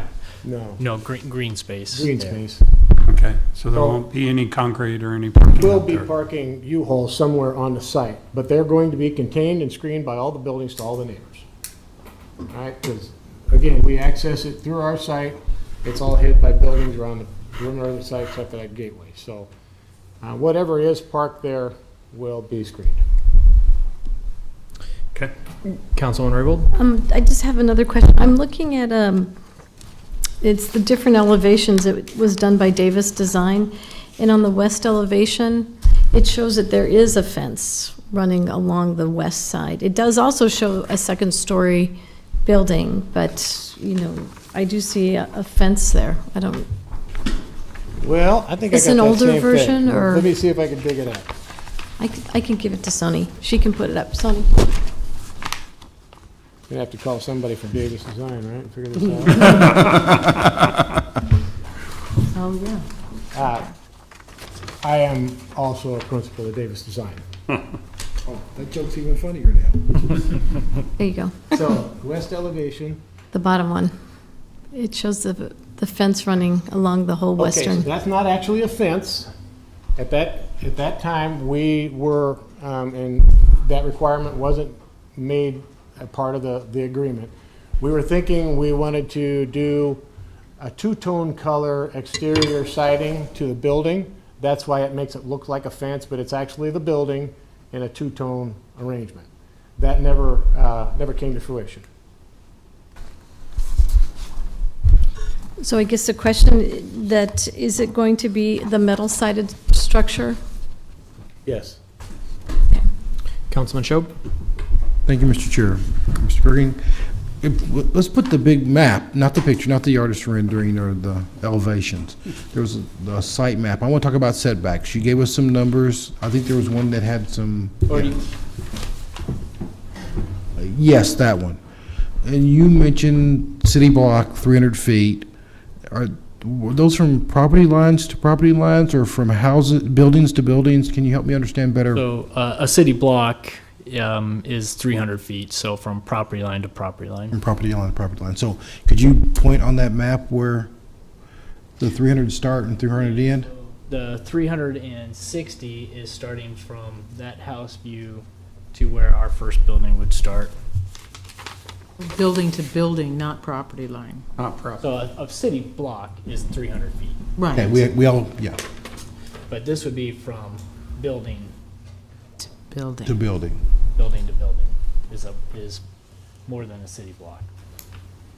And the other two properties that were in question, so So that's 390, 310, and then 300. thank you. That was my question. Thank you, Mr. Chair. Thank you, Mr. G. Any further questions for the applicants? Just Councilwoman Raybold? Just to clarify that you are agreeing to do the additional screening, that's in the conditional, and that Councilmember Becky has also raised the idea that you would pay for additional screening on their side if it were appropriate to do that additional screening that you discussed. So it's not additional screening on additional screening, but what I'm saying is we would take the screening, and if that residential person wants it on their property, I think it's a great idea. Quite frankly, it makes it easier for me to mow what lawn is left, so I'd like to get out there and zip through it. And it probably makes more sense to have that tree on his side because he's the one who wants to be screened from my building, so it works better. So yes, I'm in agreement with that. Okay, thank you. Any further questions for the applicant? Okay, seeing none, thank you so much. Thank you. We have the applicant come up. Oh, so Councilman McGinnis? Oh, I have a question for David. Okay, Director Carey? Or Tim. Or Tim? Not that Tim, the other Tim.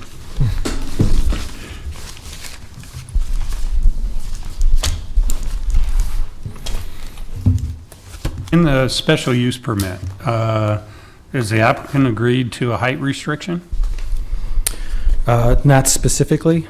That is certainly something that can be added to as a condition of approval. Okay, because that one still bothers me a little bit, that we're zoning this H4, and it can be a lot of things in an H4. Okay, and then we can add some other items, if possible, to the special use permit. Is that something we can do at this point? Certainly, yeah. Okay. Any further questions for Director Carey? Councilman Washington? Director Carey, I'll take your advice on this. I am curious with the additional requirements that Councilman McGinnis is wanting to add, and certainly I wanted to clarify the transferability of the additional screening onto the neighbor's property, that he would be allowed. And I'm not interested in wordsmithing this evening, and so would you advise that we hold this for a smidge of time so that we could make certain that we've done this? Yeah, so we had some quick conversations at the beginning of the meeting today about this possibility. So there's two ways that I would suggest you handle this. You could do an oral explanation of the intention of the agreement, and then the city attorney's office will clean that up and make sure that that's in the shape that it needs to be legally. The other very, very logical thing would be to hold this over a week to allow for that work to be done and get it in a shape that where everybody has seen something ahead of the action. Mm-hmm. So I leave that up to you, though, as far as how you want to handle that. And I am prepared to make a oral motion to amend just for the landscaping issue. I don't know if Councilman McGinnis would be prepared to do the same on a height restriction. Probably not. I'd like to have it written out and approved by both the owner and the neighbor, if possible. I would agree with that. I agree, too. Because I'm not sure that I think we're on the same line with the landscaping, but I'd like to have the owner. When we get to the voting Yeah. session. Yeah. I'd like the owner and the neighborhood association to see what's written so that everybody knows what we're talking about. Are there any questions for Director Carey at this time? Or any other questions for any other city staff? Okay, it sounds like that we will have a motion to delay, but we'll do that once we get into the voting session, which I believe is next.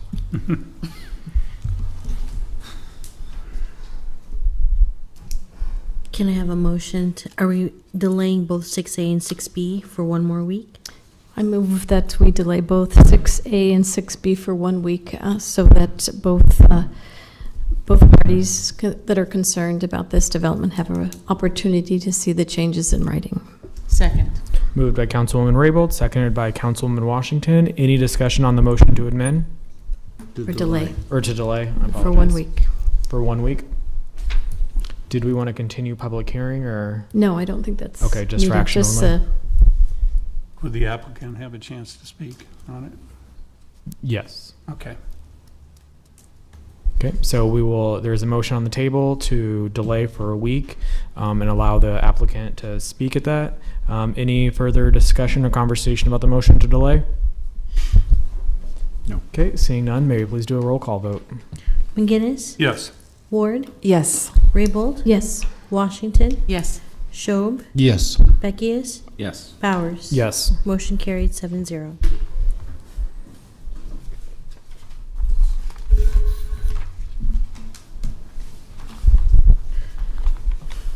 Okay, we can move to our Section 7, Public Hearing, Ordinances, Second Reading, and Related Resolutions. Item 7A is approving a lease agreement for the lease and financing of golf carts for a 4-year term between the City of Lincoln and Exchange Bank for the lease and financing of golf carts. Good afternoon, Lynn Johnson with Lincoln Parks and Recreation.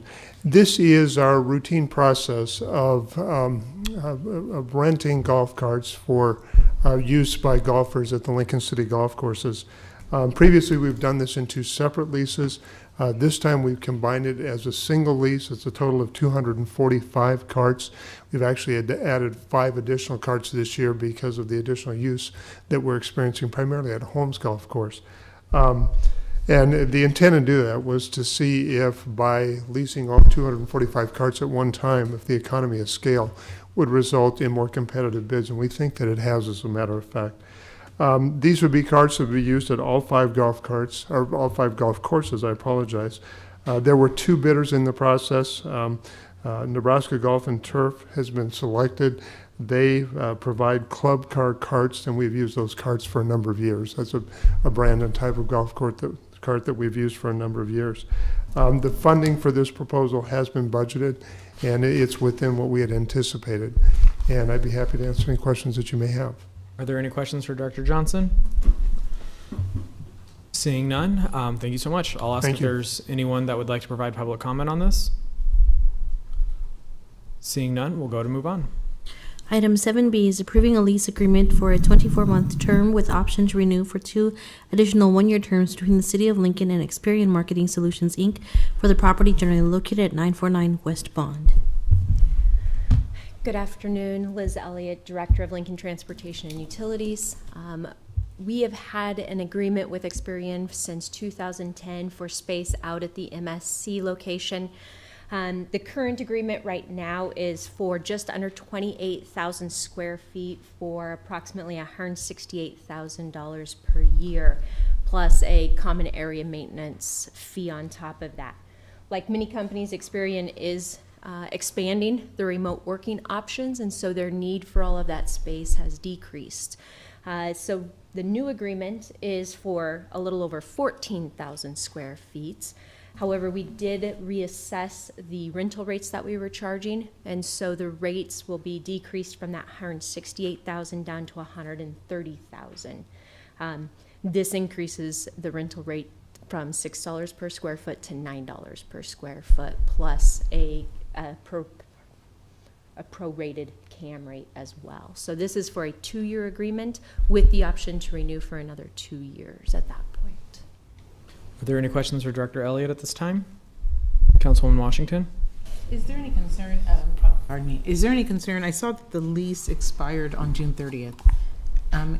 It's past June 30th, so are there any concerns here? There are not at this point. They currently do have cubicles still up on both sides of the first floor. Right now and so we're going to continue under the current rate until they get the cubicles out, and then this will go into effect. They expect to have the cubicles out, I think, this Friday.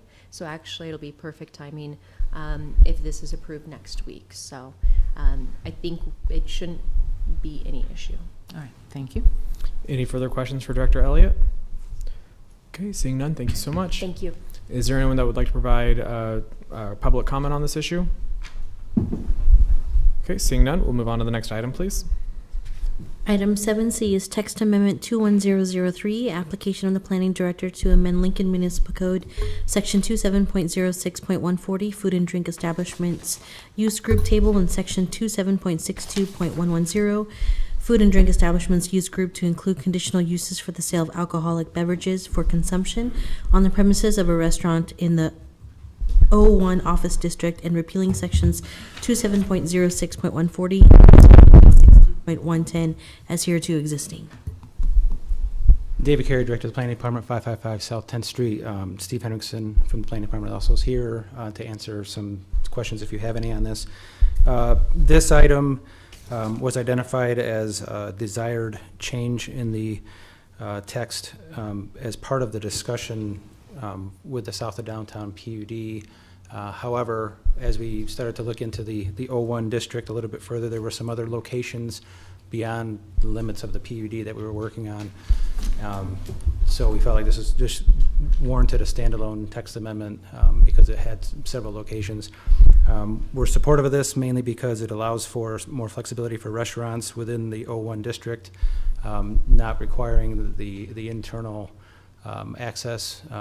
It kind of was a relic requirement when we were supportive of the office use, but the restaurant can still be very supportive of an office building if it had the outside access as well, and it helps them do more with their site. This also would allow for the sale of alcohol on premise. We don't believe that limitation is necessary at this time. So with that, Steve and I are available to answer any questions you might have on this proposed text amendment. Are there any questions? Councilman Washington? Thank you. In reading through the code change, I'm trying to understand how how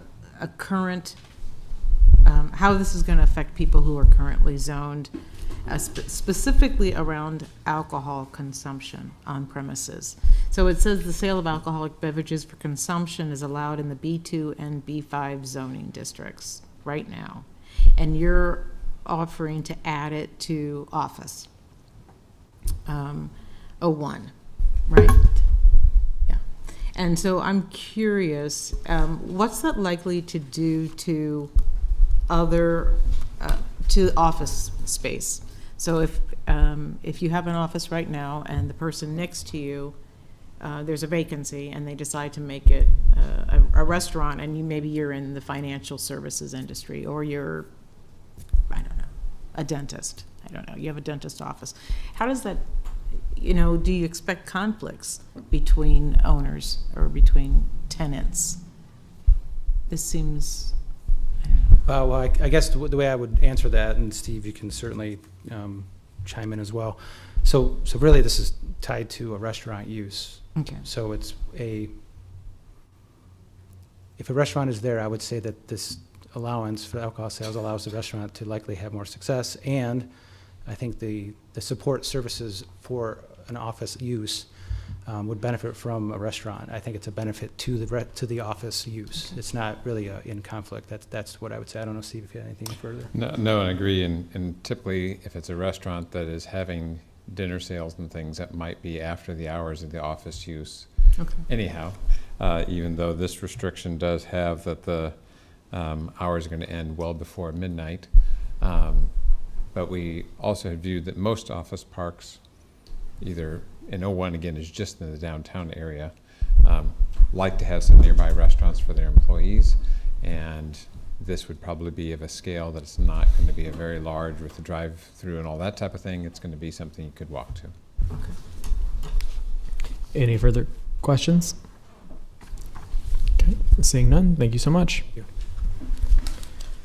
Is there anyone that would like to speak on this item?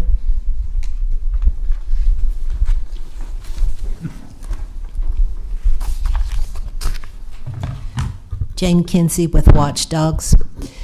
This is not a good idea. The restaurants are already abandoning downtown because they have stated that they can't make a go of it. This is a bad time for restaurants, and the city should be supporting the ones that are already there, that are hanging by a thread financially, and to put something in competition to them is not a wise decision to make at this time. The restaurants downtown have not felt that the city supported them anyway, and this is just another nail in the coffin. I'm not sure if that they figure that the tenants of the businesses or the planning that they already have for downtown would use these or not. If they think that, they should present to the council evidence that some kind of a survey that's reliable to show that people who live downtown would support it. We're in tough times right now, and to add something like this that is not going to be helpful to the businesses that we have down there is not in good treatment of the businesses that we already have. And the council has an opportunity now to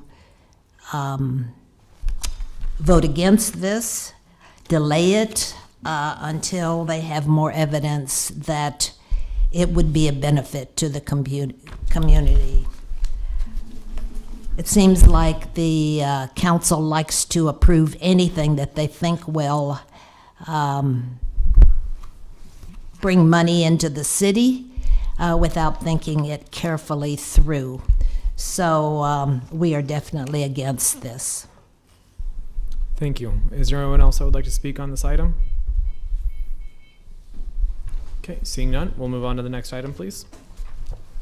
I'll be calling as items 7D and 7E together.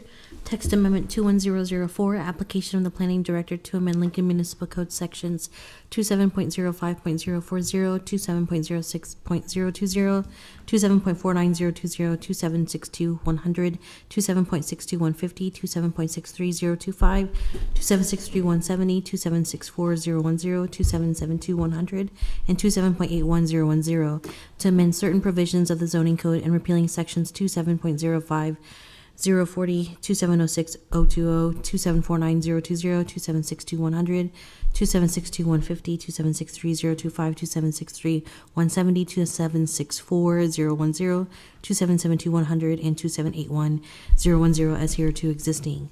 And the related text amendment 21004, application of Planning Director to amend Title III Design Standards for zoning regulations by amending Chapter 3.50 Design Standards for screening and landscaping, Section 7.1 to restore provision that was included in the version voted on by Planning Commission but inadvertently left out of the City Council adopted version of the chapter, and repealing Section 7.1 of Chapter 3.50. My apologies, Sony. David Carey with the Planning Department, 555 South 10th Street. What we have before you, this is truly a package of a lot of cleanup items that are meant to improve and update and correct some things within our code and the design standards. So we do have two related items. The second item is the actual change to the design standards. It's related to a change in the code itself. So really, another piece that I would mention, and then answer any questions that you have on this, is that there is what will be coming forward is a motion to amend that adds bodies of water as part of the understanding of being able to allow for unenclosed decks to be in the setback area of a yard. That is something that we would like to add to this package as well. And then with that, I think I'll just stop and see if you have any questions about these cleanup items. Are there any questions at this time? Okay, seeing none, thank you so much. Thank you. Is there anyone that would like to speak on this item? Okay, seeing none, we'll move on to the next item, please. Item 7F is change of zone 21019, application of the Planning Director for a change from R6 Residential District to P Public Use District on property generally located at 12 1203, 1211, and 1219 C Street, 1226 and 1236 South 12th Street, and 1204, 1210, and 1220 B Street. David Carey with the Planning Department, 555 South 10th Street. I was going to go back and get my file on this, but I decided not to take the time to do that. This is an item that we decided was a good cleanup item as well for Everett Elementary School to change the zoning back to P. It obviously is a public use. This is for the playground, and it's just to clean up those parcels to be identified as the appropriate zoning. This too came out of the discussions on the south to downtown PUD, so this information came to light, and so we just like to clean that up as well today. Councilwoman Raybold? You know, I feel badly. I'm out of order because I forgot to ask my question on the previous one concerning H4 zoning districts, which we just held before, but it talks about a fence is required. It says in the H3, H4 zoning district, warehouses are permitted provided outside storage is enclosed with an opaque fence or wall. The gates in said fence or wall are opaque and are no less than 6 feet in height.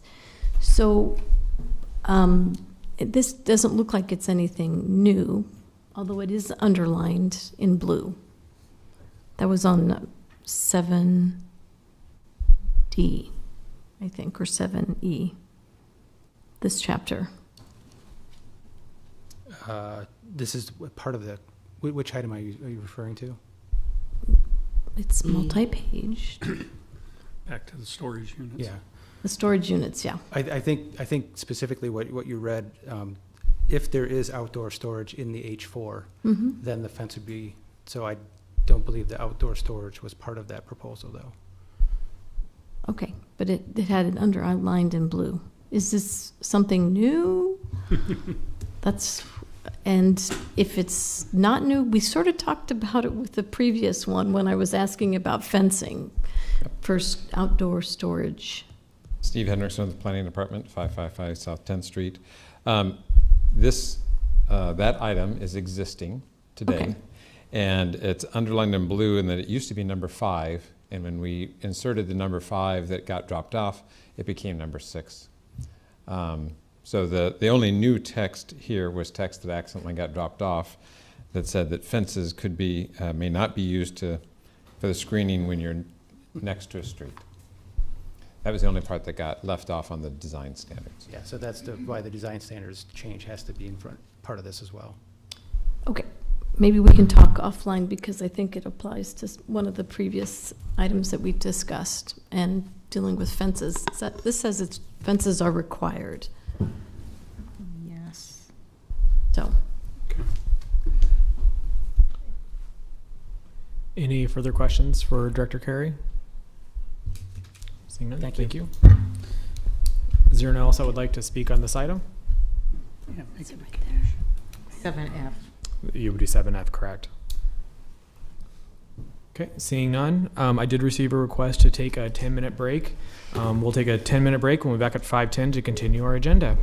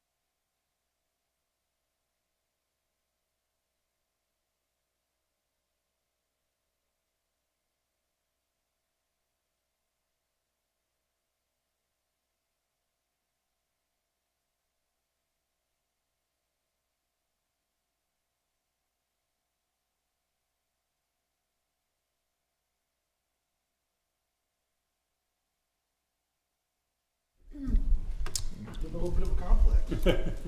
All right, we will go ahead and reconvene and get started again from where we left off at. Okay. Item 7G is change of zone 21020, application of the South of Downtown Community Development Organization from R6 Residential District, R7 Residential District, R8 Residential District, O1 Office District, and B3 Commercial District to R6 PUD Residential District, R7 PUD, and R8 PUD Residential District, O1 PUD Office District, and B3 PUD Commercial District with the development plan which proposes to modify standards of the underlying zoning district on property joint located between A and H Streets and 10th and 17th Streets. Is there anyone here that would like to speak on this item?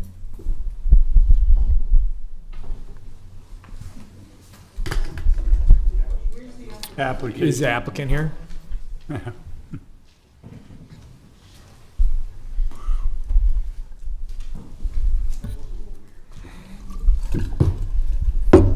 Good afternoon. Brought my colleague here, Kent Seacrest, to maybe help me out here just a little bit. My name is Sean Reba. I'm the Executive Director of the South of Downtown Community Development Organization. We focus on infrastructure improvements in the neighborhood. So the 40% of the neighborhood, that is streets, sidewalks, alleys, parks, trees, lights. You get the idea. The physical infrastructure of the neighborhood, we focus on that. We also focus on affordable housing, workforce development, voter registration, placemaking, public art, neighborhood safety. We're doing some work.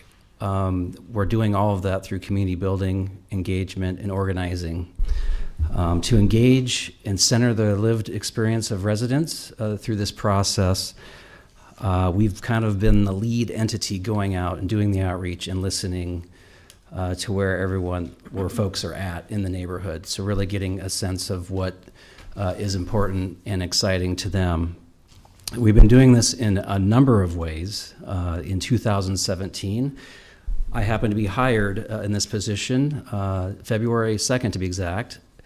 I immediately hired community organizers who our current organizers currently reside in the neighborhood. From there, we went door to door to meet folks where they were at. So we knocked on over 2,000 doors asking folks what they were most excited about in their neighborhood, what they were most challenged and concerned about, and also just what they were, what was important to them and their family. So really having those conversations, and through the process continues. So focus groups, we had 3 open houses, community conversations, 2 block parties. For a while before the pandemic, we had Second Friday events, attended numerous neighborhood association meetings, both in Near South and Everett. We have presented to the Chamber of Commerce, the Realtors Association of Lincoln. We did a presentation and conversation with Capital Environs Committee. Renters Together meetings, attended those monthly. Went to where folks were at, community cafes, family literacy groups at Everett Elementary School. We had 6 working groups focusing cross-sector, all kinds of folks in these various different groups, focusing on workforce, housing, human services, those sorts of things. We had a steering committee kind of overseeing those committees. We held community building workshops, I think 7 of them, to really identify residents from the area and building leadership through that process. We have our board of directors. During the pandemic, we had to get creative in being in community, so we leaned in on our Zoom meetings, Facebook Live events. We sent a letter through snail mail to all 445 property owners in our focus area to invite them to have a talk about this PUD. We had the redevelopment plan approved by the City Council February 2nd, and the Planning Commission approved unanimously this PUD on June 23rd. So this extensive outreach really has helped guide and inform the proposal that you see before you today. And we also understand that this is imperfect. We have lots and lots of conversations to continue to have, and we will continue to address the resident accessibility barriers to the process. We are going to do our best to continue to work on that. We will be working with residents, businesses, and property owners to ensure that the neighborhood benefits from this PUD. The outreach is going to be ongoing, and I always say we will talk to anyone who will talk to us. Not everybody wants to talk to us, but we're going to do our best. This proposal, I think, is the best place to begin. We have to start somewhere, and our staff with the organization is committed to working with the staff, with the city, to continue to monitor and amend this PUD over time if it fails to be a positive tool for the neighborhood. So we want to make sure and ensure that it is a positive tool for the neighborhood. We expect that this will evolve over time. So again, we're going to continue to do our best to build relationships with everyone under the sun. We're going to be working with residents, advocacy groups, not-for-profits, the City of Lincoln, property owners, private sector partners, and the philanthropic community to try to get this thing implemented. We are also interested in finding additional tools that will help build on existing neighborhood assets, and we hope these tools will also provide equitable opportunities for all the folks who are living in the south of downtown, first and foremost. So with that said, to be clear, I'm asking all of you to please support this planned unit development proposal. Good afternoon, Kent Seacrest. I've been assisting the South of Downtown Community Development Organization, and this has been in partnership with the City Planning Department. Colin Christopher and Stephanie Rouse has gone beyond the call of duty and helped formulate what is in front of you today. And I just want to start by saying successful downtowns, and this is hard to be successful, but we are one. One of the reasons they're successful is they have sub-districts.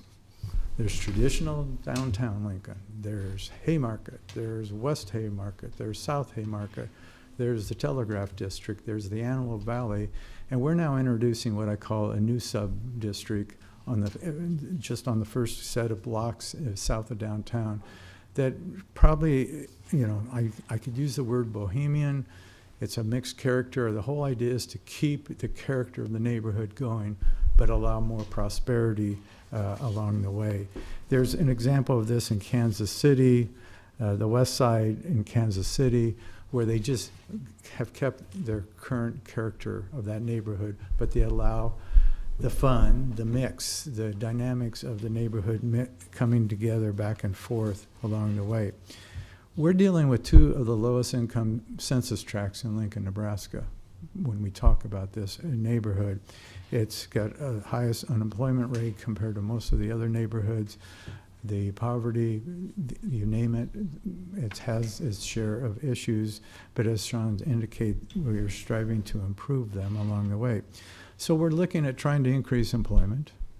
We're looking to try to increase what I call work-live opportunities so people can do it in their own neighborhood. We're looking at trying to create startups so young entrepreneurs can have some reasonably affordable economic space to start new ideas, again, to create economic prosperity for the neighborhood and the city. We're trying to create neighborhood services so not everybody has to get in their car. We're looking for increased walkability. And we're trying to, again, create that small scale architectural, keep it in place, but yet have more prosperity to come to the neighborhood. We start with the area, and this is the new map that we're proposing, if it shows here in a moment. We're creating within the new district really 3 sub-districts going from south to north, or maybe I'll start north. These first 4 so blocks would be what we call the downtown transitional district. It would allow the most mixed use. The middle, which is in the blue, we call the mixed use district because it does allow some more land uses. And then the neighborhood district, which is more characteristic of, has fewer new proposed land uses that would occur. So we'll be referring to these 3 district or sub-districts as we go forward. This is the chart that would allow the increase of land uses. And again, remember, the most closest to downtown, the middle, and then the southern part is the gold. And you can see we allow more land uses to occur in that first 4 or 5 block area, followed by mixed use, and then the neighborhood has a few new uses that would be permitted. Now, change is always interesting, but we have put in a lot of protection. Let's take residential, for example. We are allowing retail in the purple, those first 4 or 5 blocks abutting downtown, to try to create more activity along the way. However, we're limiting it. In the retail category, you normally could have convenience stores with gas stations, not in this one. You could have car repair and car lots, and not in this one. So we're looking at what I call maybe more traditional retail services that people, this neighborhood has lots of great new Americans. They make things, they can hopefully sell things in their neighborhood. For example, we're not allowing veterinarian facilities. We're not allowing off-street alcohol. We're not allowing on sale unless it's a real restaurant serving real menu food, and no more than 40% of their sales can be alcoholic beverages. So no bars are allowed by this process. And the Near South neighborhood raised a concern, and we've listened. I think that's an amendment that's maybe coming in front of you. And that is, we do not want tobacco specialty stores, vapor shops, things of that nature. We do not want to encourage, or we are prohibiting fast check service or delay deposit service, as they're sometimes called. And pawn shops is another list that is being proposed to be prohibited, and so that's not allowed under retail along the size. We also are limiting the size. 3,000 square feet for virtually all the uses is by right. So these are not Walmarts, these are not big stores at all. 3,000 square feet is the max.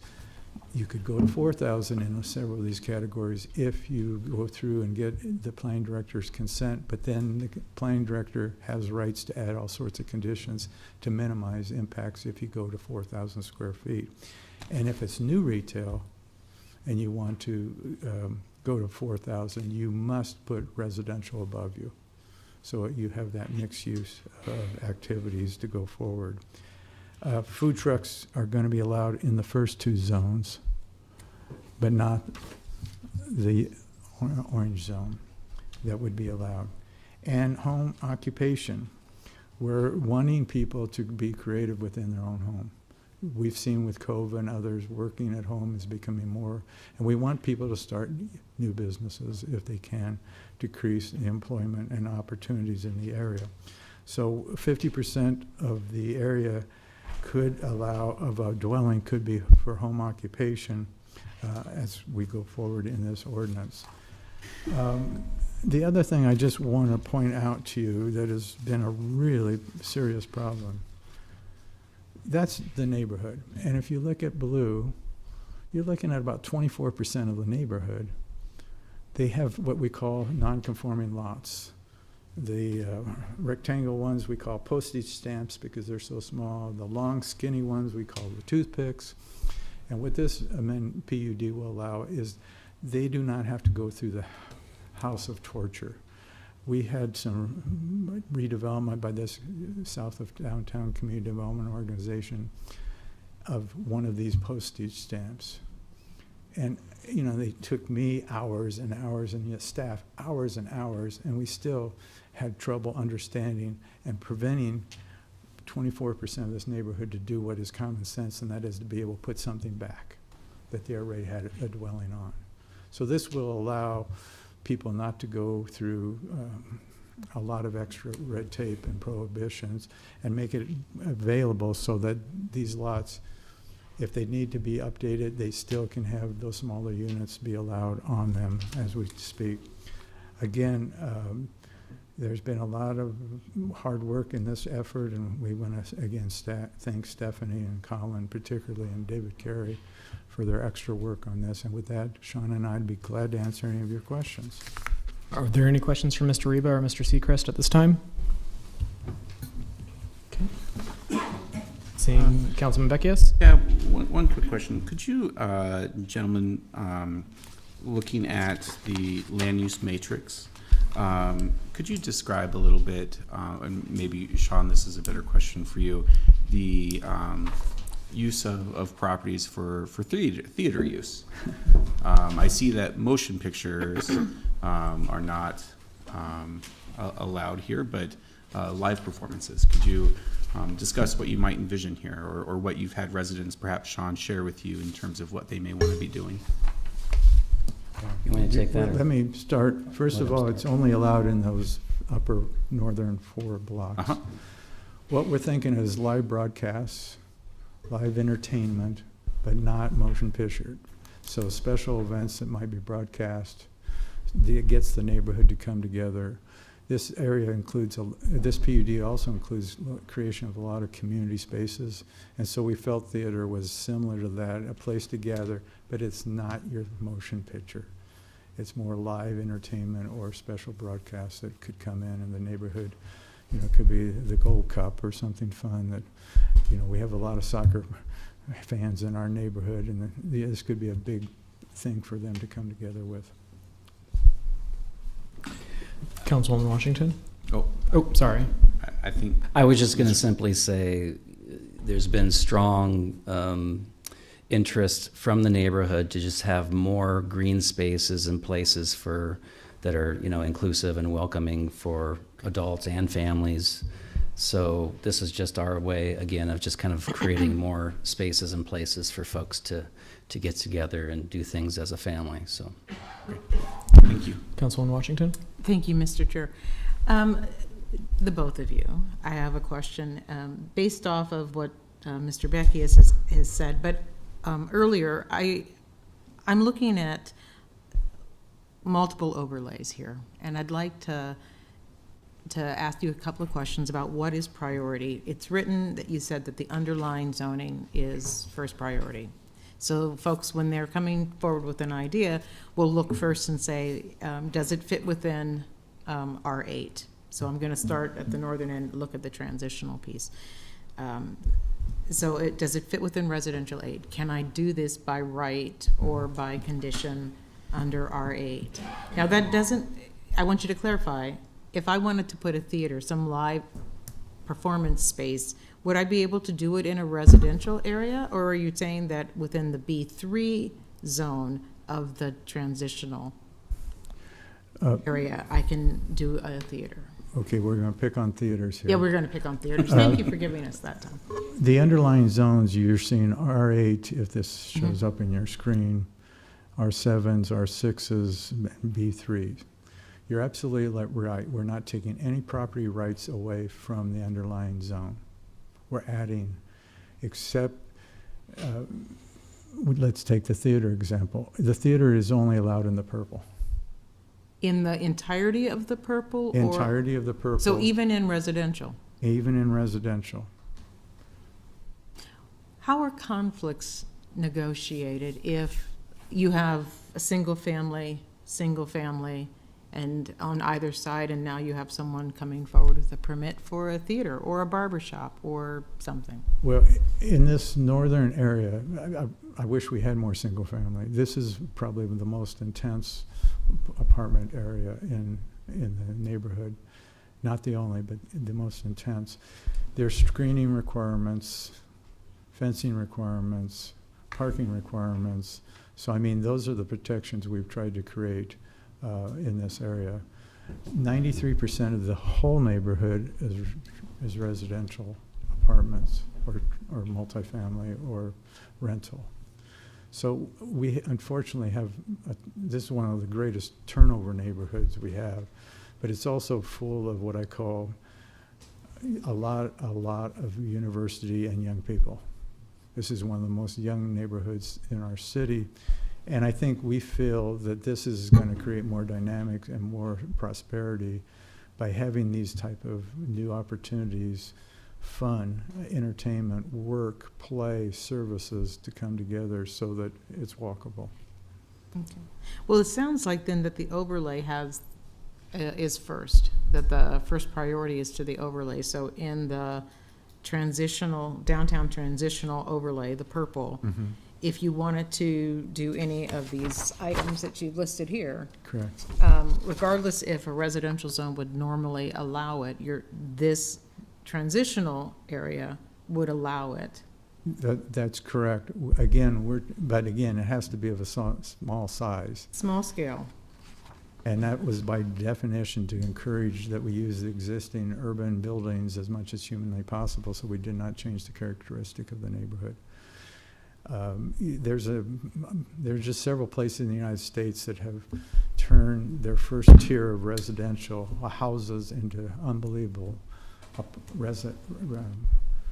restaurants. You know, Billy's, for example. There could be more Billy's created in this neighborhood, but not just, you know, white tablecloth. It could also be all sorts of ethnic foods that this neighborhood is rich with those members that we could be selling. And that's the one thing I've seen that brings people together of all colors and races. It starts with breaking bread and food. And so some of that would be allowed, again, only in this purple area. Okay. Thank you. We'll go Raybold and we'll go McGinnis. And I just want to go back to the downtown transitional neighborhood. So what's in that neighborhood right now? What's it comprised of? You started to tell a little bit of, you mentioned multifamily. It depends on what street. First of all, we've got the B3s, which are commercial in nature, so that's not a radical change, because a lot of these uses already are allowed in these two B3 areas. So that's different. In this first street, for example, we've got churches, and we have parking lots, and we have a lot of apartment buildings. And that's pretty much as we go down into this area. The idea is to create some new walking loops. Since we already have the B3s, we felt that we could connect the services and the retail together so people could be walking and looping back and forth. Right now, the B3s are just kind of isolated pockets, but yet they provide some important services. But we think there's a lot more services and jobs that could be created by expanding it. So are there any single-family homes, or is there any residential zoning in the purple area? There is some single family. I couldn't give you a number. I don't know if Sean knows the number. I don't know, but it's very few. It's very, very few. We can find out, though. Yeah. I'm sure Is that's it- something we can find out with planning. So, for example, for any of the residential properties, are they owner occupied, or are they all rentals, or? Well, all we can tell you is the whole neighborhood is 93% rental. Mhm. So I would put $1 on the table that the 7% is primarily down in this part of the neighborhood. And it seems like when I look at their strategic plan on page 71, 72, the neighborhood voted #1 priority is focus on problem properties and increase code and parking enforcement. That seemed to be like their #1 issue. So tell me, as part of this PUD, what initiatives have been done on, that their #1 priority? Well, first of all, I'll start by saying this is the oldest housing stock in the city of Lincoln, so it's not getting any younger, and we're going to have to come up with very creative, innovative ways to work with various different folks to figure out how to reinvest in that property and kind of bring it up to quality standards. A lot of it is pretty substandard, so I think currently right now that is something that we've been working more closely with the city to have conversations around proactive rental inspections, making sure that we're focusing heavily on the tenant first, making sure that they stay housed but also stay in a safe environment. So my hope is to continue to work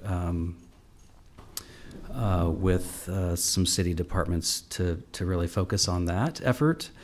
There's also efforts that are going to be made to hopefully create a rental rehab program. We're hoping that that will help support landlords in the area to really focus on, bringing the conditions of existing units up to code.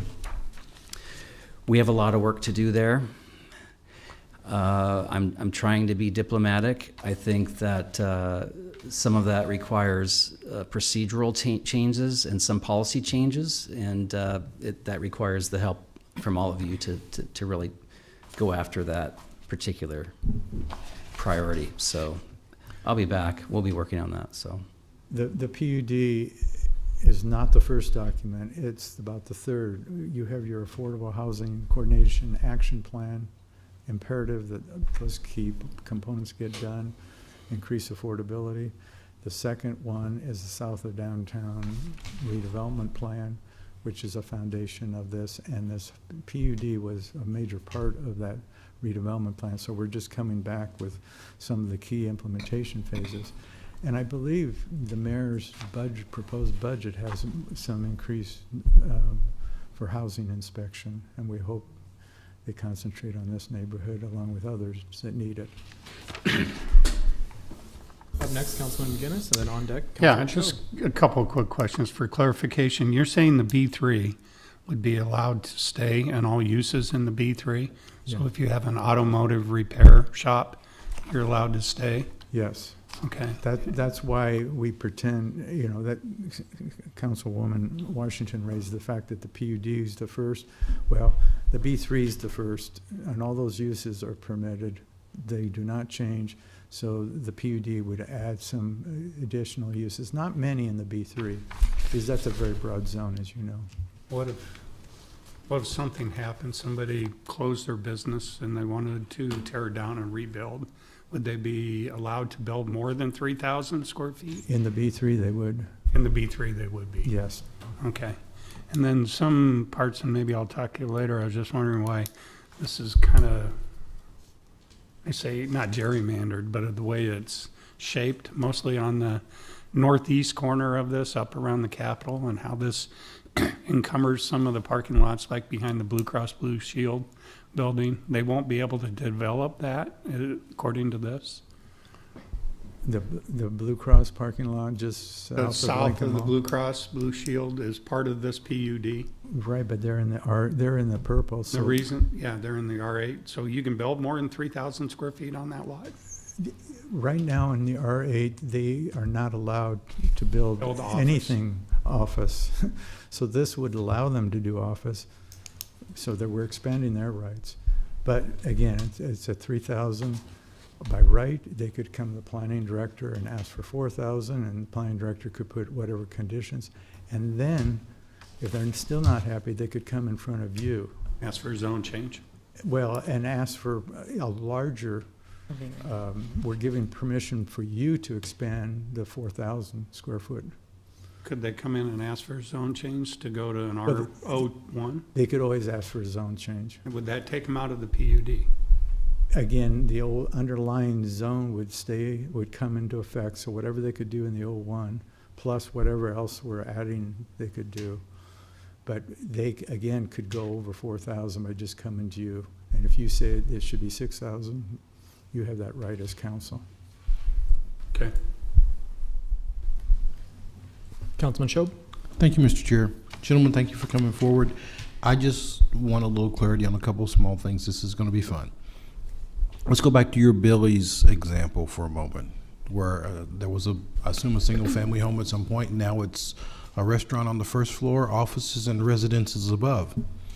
It kind of makes me think of like the neighborhood bodega. That would be acceptable in one of these units in the purple, in the further north, where there were apartments, buildings on the first floor, and then a store, a small store, or some specialty shop on. Am I reading that correctly? You can definitely do residential up above. You could do office up above. You could do retail. Usually retail's only on the first floor, but it could be up above.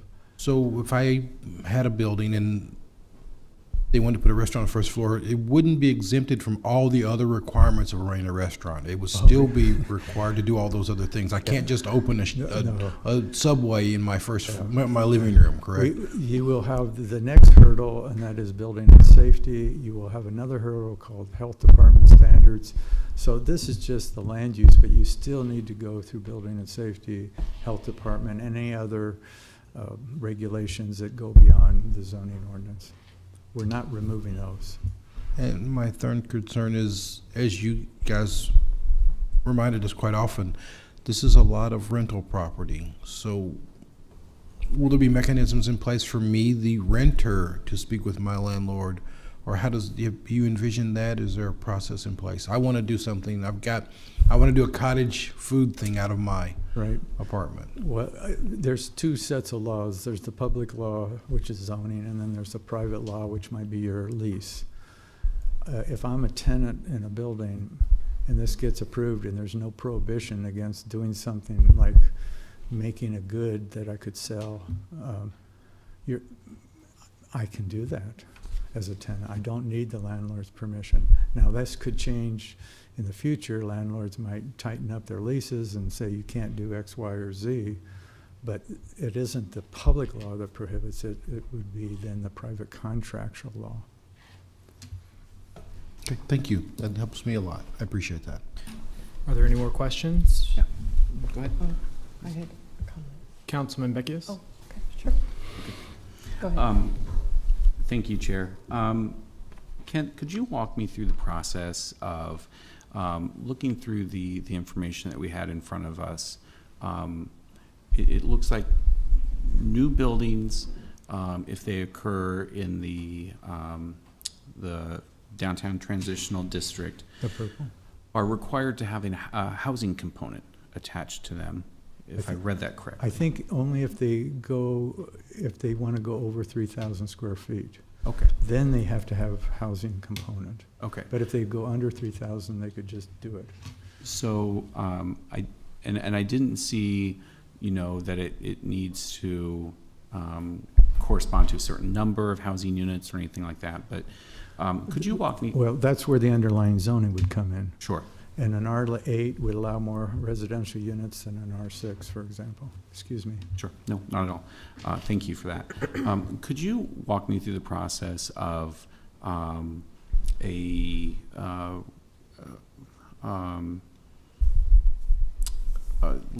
let's say someone wanted to own and operate a restaurant in the district, but didn't want to use maybe an existing building in the district. Could you walk me through how that process may occur? Say, for instance, a converted house that's 100 years old that may have 2 or 3 residential units, but someone wants to run a restaurant, and maybe it's more economically viable for them to take that home and level it and create a restaurant here in the district. Could you walk me through how that would work, Kent? Yes. Well, first of all, if it were a sit-down restaurant, they're probably they'll want more than 3,000, and if they do, they'll go out to one of our other zones in the city or downtown, because they'll be able to do a bigger size. 3,000 square feet is pretty much what they're going to be allowed to do. Mm-hmm. If they want to go over 3,000, they would have to have a residential component to go with it as new. Sure. Again, we wanted to discourage, if it's existing, they wouldn't need the residential component. Again, that's our bias of trying to have the existing structures stay in place and not get knocked down, because we think that's part of the character of this neighborhood, are those neat old buildings. Yeah, no, my only concern was potentially developers taking housing units, tearing them down, turning them into commercial space without, and I don't see a requirement in here of needing to add housing units in order to do that. I just want to make sure I was clearly understanding. They don't if it's less than 3,000. Okay, thank you. Which is really small. Councilwoman Ward? Thank you, Mr. Chair. Thank you both. So this has been a really good discussion, and I think as Mr. Seacrest pointed out, this is our third or fourth time that you've been in front of us with this plan, and this is a good amendment to the PUD. I thought it might be helpful, without taking a lot of time, if one of you could talk about the steering committee and the process and how that works, because I'm sort of feeling like we've forgotten that as a council, and it might be helpful to just describe that. I got into that when I was very privileged and honored to sit on that when I was joined the city council, and so I caught up late on the steering committee, but there was a ton of work that was done on these maps, and to the point that we're here today, and it just didn't happen overnight. There were lots of meetings and lots of participation. I see some of the members here today, and so could you describe that makeup of the steering committee and that process briefly to just refresh? And we have a new council person that's probably not heard that process, and I think that might be helpful. Well, if you really want to be fast, we'll let the chair of that steering committee talk next. That's great. All right, If there's thank you. any more questions, or he can talk. Perfect, thank you. Thank Good you. afternoon. My name is Kyle Johnson. 1227 Lincoln Mall is my office address within the district, and I served as the chairman of the steering committee, and I've been having a lot of fun with that. It's 3 years ago that it started. You know about the 93% and the 7%. So we had lots of problems that had to be dealt with. So the steering committee was composed basically by staff. Kent was part of the staff. Sean was part of the staff. We also had Wynn Hermstead, which was wonderful. Dan Marvin participated. John Carlson participated. And we had a number of meetings over quite a bit of time, and represented Lincoln Community Foundation. Barb Bartle was on it and offered wonderful support. City Council member Carl Eskridge, Councilwoman Tammy Ward came in later. Colin Christopher participated actively. The state of Nebraska, we had a lot of parking problems within the district. They were taking parking out of the community. There was inadequate parking, we felt, and the administrative services people came over and joined us on those meetings, and that was helpful. NIFA had a representative that consistently considered the process. We had real estate developers. The F Street Church was represented by Jeff Hurspink. The Downtown Lincoln Association, NeighborWorks, Habitat for Humanity, the Lincoln Housing Authority, the Everett and the South Neighborhood Associations joined us. Residents, Chelsea Egenberger and Erica Hepburn consistently attended the meetings. Bryan Hospital had a representative that consistently attended the meetings. We had a subcommittee for housing, for property owner investment that looked at the community land trust, opportunity zones, zoning denticy, tax increment financing, and we had a finance investment committee that looked at housing tax credits. We had human and cultural subcommittee and an economic engagement committee. Now, in that process, we also had, and I think Sean mentioned, he had 3 community organizers. And those organizers have knocked now over 3,000 doors to find out what people think, what they want, what the problems are as they perceive them, and identified those problems. We had 16 different meetings between the chairs of the coalition and also the staff. And then that was followed, of course, by 16 steering committee meetings in which 29 different people participated routinely on those meetings. At each of those meetings, the problems were developed, considered, prioritized. This priority list that has been mentioned was developed. There were 22 other redevelopment plan meetings or conference calls. There were 3 neighborhood listening sessions, primarily at the Everett School. and the community was requested to come in and critique. And placards were up listing the issues, listing the problems, and allowing them to make part of the priority process using little dots that I'd never seen before, but thought they were neat to let people express their opinions on things. This process went on for nearly 3 years. It was an active process. It was a fun process. I think it was very helpful, but I can say that based on what we went through, the steering committee does support this PUD. The PUD does address a lot of the problems that we spotted. The parking, the fact that we have so much rental, the fact that we have so few property owners. In the north end of the district, there aren't many property owners up there. They're elsewhere. So we're dealing with heavy rental. There needs to be more activity, and this PUD is designed to do that, to give more cultural involvement, to give more activity within the district, and we hope that you approve it. Thank you. Are there any questions for Mr. Johnson at this time? Thank you very much. Thank you for your statement. Thank you. Okay, we will go ahead and open it up to the public hearing portion of this. When you come up and provide public comment, please state your name and your address. And testimony is limited to 5 minutes. And then you'll have a chance for rebuttal after the public hearing. Hi, Greg Baker, 1039 South 11th Street, 11th and D. My wife and I have lived there for 12 years. I am the current president of Everett Neighborhood Association. I am one of the 7% of the homeowners, so I'm the minority. My wife and I jumped in both feet forward. We purposely moved our family to that corner to lock it down when it was not a great area to be in. We would not move back to where we were before. I won't mention where that was, but we love where we live. We love the cultural diversity. We love the biking trail right in front of our house. You're well aware of the problems in our neighborhood. 93% rental in most communities is a disaster. I do not consider our neighborhood to be a disaster at all. We've done the best with what we can. Everett Neighborhood Association supports this PUD. It's not perfect. I do really like the proposed amendment to eliminate some of the businesses that we talked about. I'm just being realistic.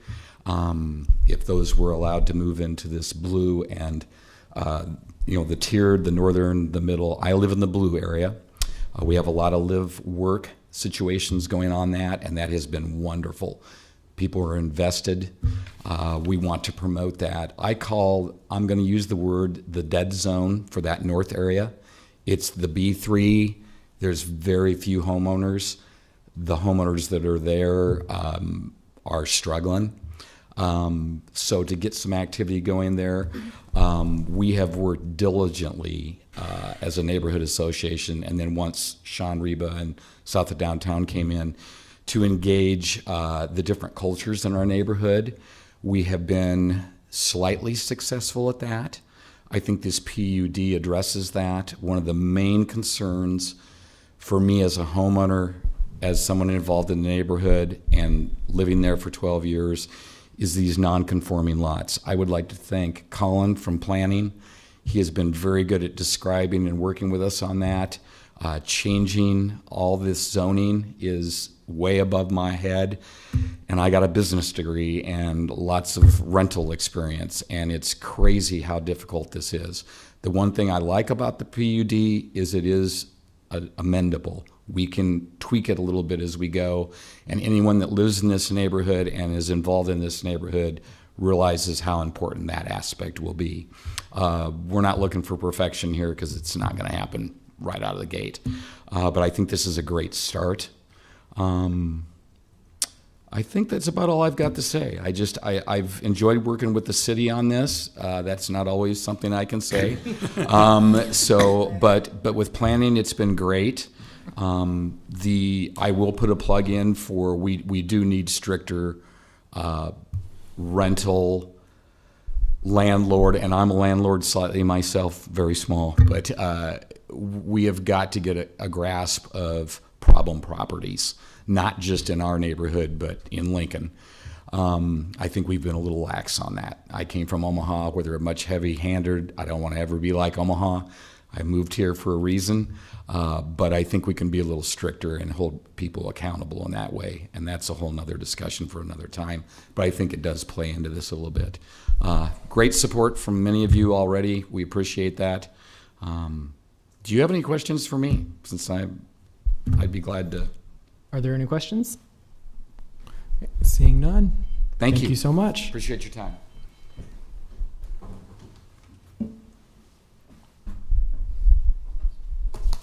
Good afternoon. My name is Greg Newport. I live at 1954 A Street, which is in the near south neighborhood, but I'm not here for them. I'm here for as a representative of the Historic Preservation Commission. And I wrote a letter, I guess, sent it out to everybody, so hopefully you've had a chance to take a look at it.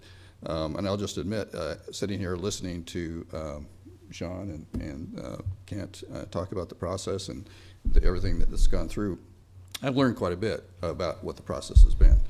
But I have to reiterate and reinforce the fact that the Preservation Commission has not been included in this process. And as an arm of the Planning Department, we were all caught by surprise that it had gone this far and that the PUD was at the level it was. Perhaps it's our own internal separation from what's going on, but I think it points out that we have been left out of the process. I did have a very good conversation with David Carey after I sent the letter out, and he reassured me that that wasn't intentional. It was probably more oversight in terms of the commission being left out of the process. But and it's not our intention to upset the apple cart at this point, to start over with anything. I think there's the amount of work that's gone into this is very impressive, and will probably have great results, in the end for the entire district. But without a historic preservation component to it, we feel that there's something missing from the plan, and perhaps that's something that can be built in later. I don't know, but what we'd like to see, and I addressed it in the letter, is that before you take final action, this was our position last Friday when I put this together, that we'd like to see you have a delay on the vote until the Preservation Commission could be brought up to speed and we have a chance for input. I'll leave you today with us still being in that position, that we still want to have that time to digest the PUD and provide input to the Planning Department if possible. But as an amendable process, it's probably something we'll have to come back, if you decide that you need to go forward. So with that, I'm going to open it up to questions. Councilwoman Ward. Thank you, Mr. Chair. Thank you so much, Mr. Newport, for being here. We did receive your letter, and we did talk about it at our directors meeting today. Councilwoman Raybould brought up the issue. So thank you for your service, first of all, to the Historic Preservation Commission. And Director Carey addressed it very well. Thank you, Director Carey. It was not intentional. And what we talked about in our directors meeting and what I said, and I'll just put on the record now for those who weren't there, was I would have liked to have had you involved. I think that's very important. Whether it would have changed the outcome or not, we don't know. But this is an amendable plan. It's not perfect, and we certainly want you to have input as you move forward. And we had a good comments from Director Carey, as you stated, and he said you had spoken. So we want to continue that dialogue, or I certainly want to have that happen. I think it's important when the city and council members and others encourage people to apply for jobs that pay so much as volunteers, right? That we have talent. Yeah, don't hold your breath for that paycheck. But that we appreciate and have talented people serve in all areas of boards and commissions, that we certainly want to utilize that. Regardless of the impact, it's important that we do utilize our talent and our volunteers. So thank you for your letter and for taking the time to come down today. I know that many of us appreciate it very much. Any further comments? No. Okay. Thank you, Mr. Newport. Okay, thank you. Is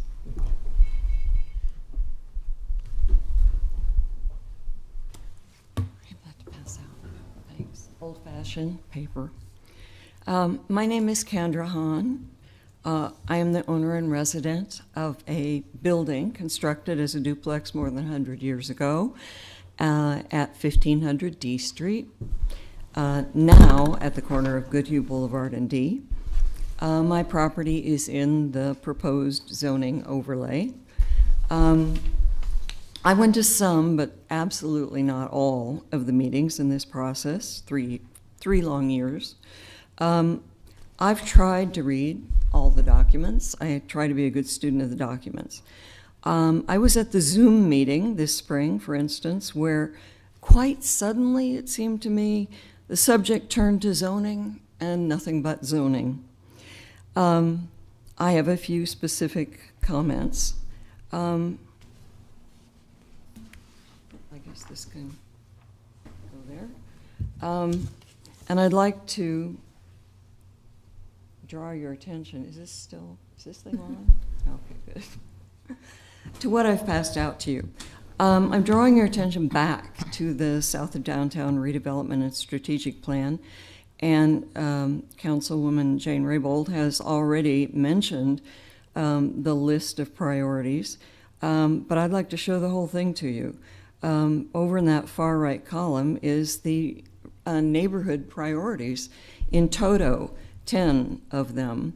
And you adopted the plan on February 1st this year, so it is said to underlie and support the need to adopt the zoning overlay application, which is now before you. It is also said to present data and conclusions of the residents who came forward to say what they wanted in the neighborhood. This is the summary chart of the plan, and it shows imperative opportunities/issues in priority order of the neighborhood. Note that the neighborhood's number one priority was, as Jane has said, focus on the problem priorities, etc. And number 10 of 10 was amend the zoning ordinance and the zoning map. So my comment to you is, if you feel that it is imperative to try to encourage very small business development in the midst of fragile residential neighborhoods, on the theory that it will stabilize them, then in order to preserve credibility with the citizens who participated in the many meetings, please make it clear that you're doing it on your own volition. I think it will not be true to say that it reflects the desires of the neighborhood. It's not only this chart, but I believe what many have witnessed in the course of the process. The colored note paper that set the priorities have already been mentioned. Now, I can tell you I've been told to relax. This isn't going to work anyway. There have never been many mini businesses mixed in with residences here, and for sure the day of the corner grocery and the shoe repair shop are gone. Everything I know about business tells me this is a low-income census tract, and that's probably right. But I had a chat with a very experienced attorney here in Lincoln who encouraged me to show up and oppose or at least question this application. He reminded me that this proposal may not be entirely benign. Just because it may not succeed at its intended purpose doesn't mean it won't be used as a toehold for expanded proposals. If a tiny business can't make it, the answer may be a larger, more complex one. Well, let's try to stabilize the area that way. So finally, I would like to say a word about something I like in the work. I'm happy to see that there is support for acceptance of postage stamp and toothpick lots in the urban landscape. I live on a postage stamp lot, and I've made investments in my property, and it's not easy. I couldn't replace a simple small window in the garage I rebuilt on the existing footprint. So any leeway you can get in that area, we would appreciate. You could take a look at the neighborhood's number 1 through number 5 priorities and then revisit this proposal. That might help. Thanks for your attention. I know it's not easy. Thank you so much for coming down. Are there any questions? Seeing none, thank you so much. Thanks. Thank you.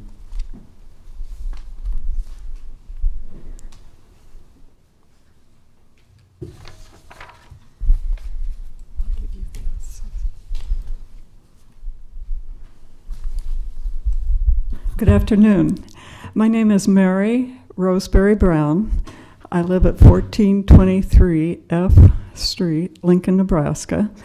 And I came because I have a lot of concerns about this proposal. I love the neighborhood. I love it very dearly, and that's why I'm here.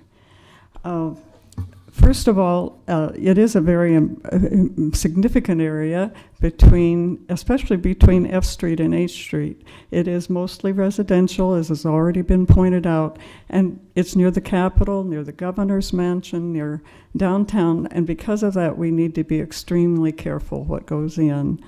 One example is in Baltimore. Their residential mixed-use overlay for detached dwellings only allows art galleries, art studios, daycare centers, and office space. All of those uses would probably not make residents infringe on their residential nature. The Lincoln Lancaster Comprehensive Plan states that strategy for commercial infill should avoid encroachment into existing neighborhoods during expansion. And we need to make sure that we preserve the residential nature of these areas. For example, there needs to be a lot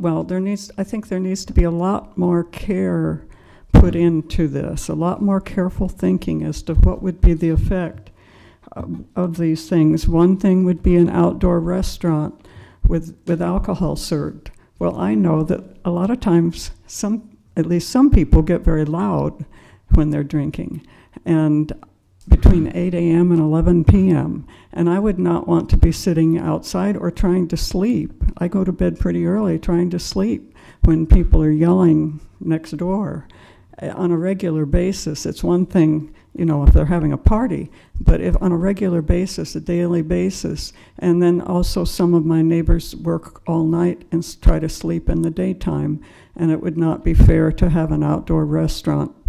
Even if it's behind a fenced-in area with a barrier there, it wouldn't be fair to have that. I don't think that belongs in a residential area. Another, it says under intent, item on the first page there, it says the most intensive uses will require either an administrative or full amendment. Less intensive uses allowed by right. What does intensive mean? How and when will intensive be defined? It's not defined. How do we know what is an intensive use? Also, it says small-scale food and beverage production is allowed. Again, what is small scale? Even if it's limited to 3,000 square feet in a building, a mechanized cupcake business could produce a huge amount of cupcakes in one day and need transportation delivery for both supplies and to distribution. City codes of Madison, Wisconsin, Wheat Ridge, Colorado, Fort Lauderdale, they give very specific design standards for buildings in the mixed use and traditional area. And I don't see any mention of design standards in this application. Design standards need to make it more compatible with a residential area. Also, one big concern is, I read that the planning director has the authority to interpret any provisions of this PUD. And to me, that could set up a lot of possibility for bias and corruption, depending on who the planning director is.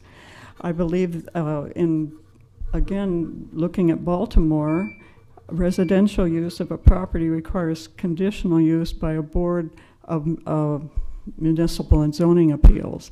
And if not a board, then I would suggest a separate committee, a commission established similar to the Capital Environs Committee established for that purpose rather than just one person. But I would like to conclude that I love living in the neighborhood. It has a wonderful, diverse attitude of acceptance among many, many different diverse populations, and there is a real feeling of neighborhood. I just recently acquired a dog, and I walk all through the area.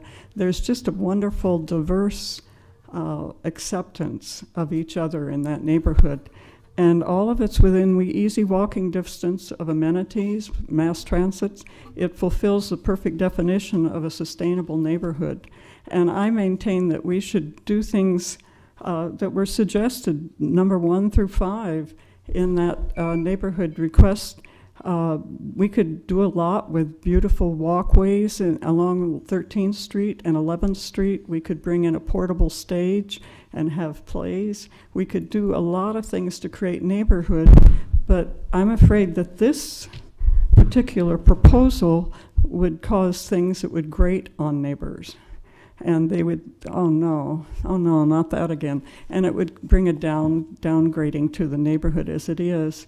And all of so we have our choice between upgrading what is a good neighborhood and downgrading it, making people feel grated by what's happening to them.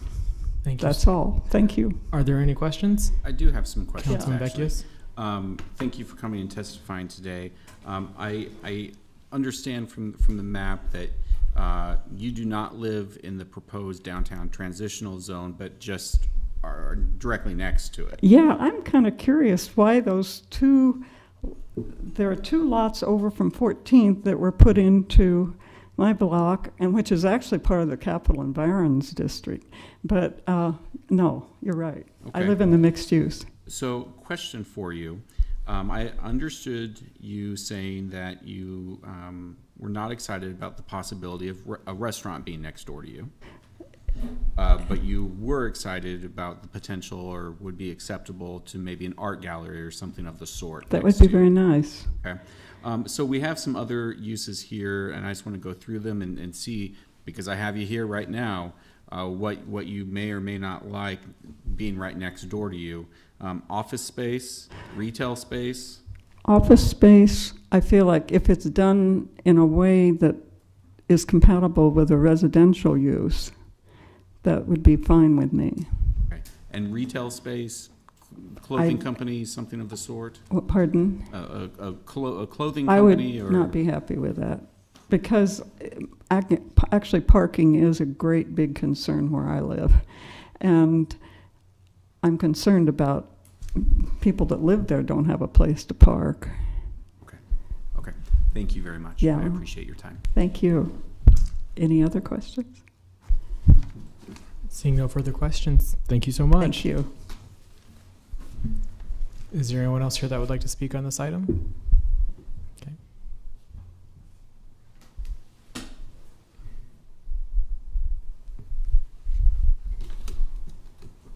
My name is Marceline Hutton, and I live on Pioneer House over here on 11th and H Street. I have some questions because they're redoing the building opposite us, and already they're cutting down 5 trees. And so I just wonder if there's any stipulations. I didn't see any stipulations in any of this plan about not cutting down adult trees and replanting them with little saplings, because these little saplings, won't give me any shade in my lifetime. I walked over to Guero's Grocery the other day. I had to walk on the east side because there were trees where there were houses. But on the other side was a locksmith shop, Cultiva, and Da Vinci's, all cement. Well, I like those businesses. I'm glad they're there, and I frequent them sometimes. But I just think we have to make sure that we keep some greenery here. And I'm very concerned about the reductions in the developers need to kind of increase the crowdedness in the neighborhood and people and buildings in one area. And the developers need to recognize people's need for space and greenery. This is Lincoln, not New York City. The proposed lot reductions, that's what really concerns me, do not take these 2 needs into account. By reducing the area setbacks in the front, back, and the sides of the buildings, whether they're houses or other buildings, reducing it from 20 feet to 10 feet from 5 feet to 3 feet on the sides, that's going to be reducing all the greenery. And we have to have this. We have to have this so people can have good air to breathe. And this crowds people in, I think, when they're going to get rid of all this, get rid of the setbacks.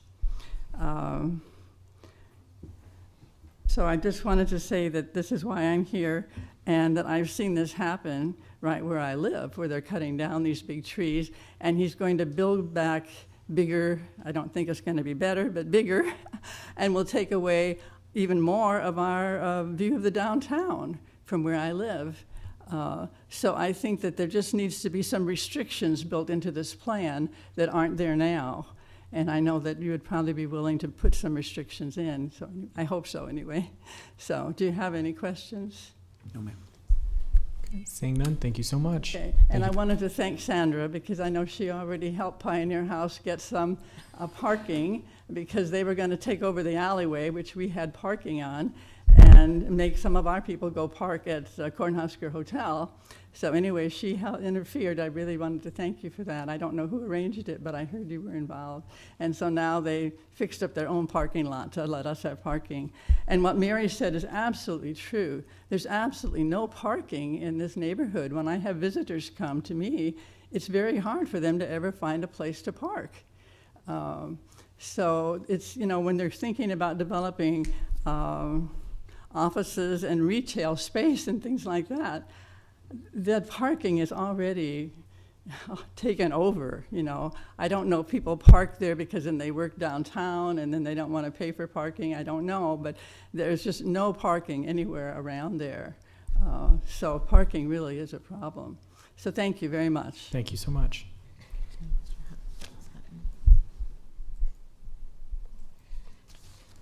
William J. Wood, 808 D Street. I own 15 properties between A and H and 10th and 17th Street and several more within a block or two on either side of it, so I'm concerned about the area. In my view, this is a solution looking for a problem to attach to. I don't think we have a problem that this is going to resolve. It's the wrong area to try to do this kind of thing in because it's mostly apartment buildings. You're not going to be able to put a bakery or something of that nature in one unit in an apartment building without affecting the other residents. It just isn't realistic. I'm concerned about the historic preservation aspect of this. I own 2 properties. They're on the National Register of Historic Places that are in that area, and another one that's fairly close by. I don't think this can just bypass the Historic Preservation Commission and be swept under the carpet. I think putting these retail spaces in a historic district is going to change the way the district's laid out and perceived. You're going to have curb cuts for parking and pickup and delivery. There will have to be signage. There will need to be exterior vents for commercial kitchens. I just think there's all kinds of things going on that would affect the historic nature. It's going to affect the lives of the other residents in these apartment buildings with people coming in and out all the time, doors banging. You're going to get trespassers in other parts of the building, a lot of late night noise. I'm also concerned about the fact that there are a number of terms here that are undefined. I don't think this should just go through with these undefined terms involved, and that we'll take a look at it later. It needs to be resolved at the present time. There's no limit on the number of customers that could patronize one of these establishments. Like Mary talked about a cupcake factory, you could have 500 people a day coming in and out of a property. So I think there's going to be a tremendous downward pressure on the area. We've worked for years within the neighborhood organizations to try to uplift the residential character. I think we're beginning to succeed with that, and I don't think commercializing it is going to improve the residential character, and I don't think it's going to do anything about some landlords selecting poor tenants. And I guess that's the end of what I have to say. Any questions? I don't see any. Thank you so much for coming down. Is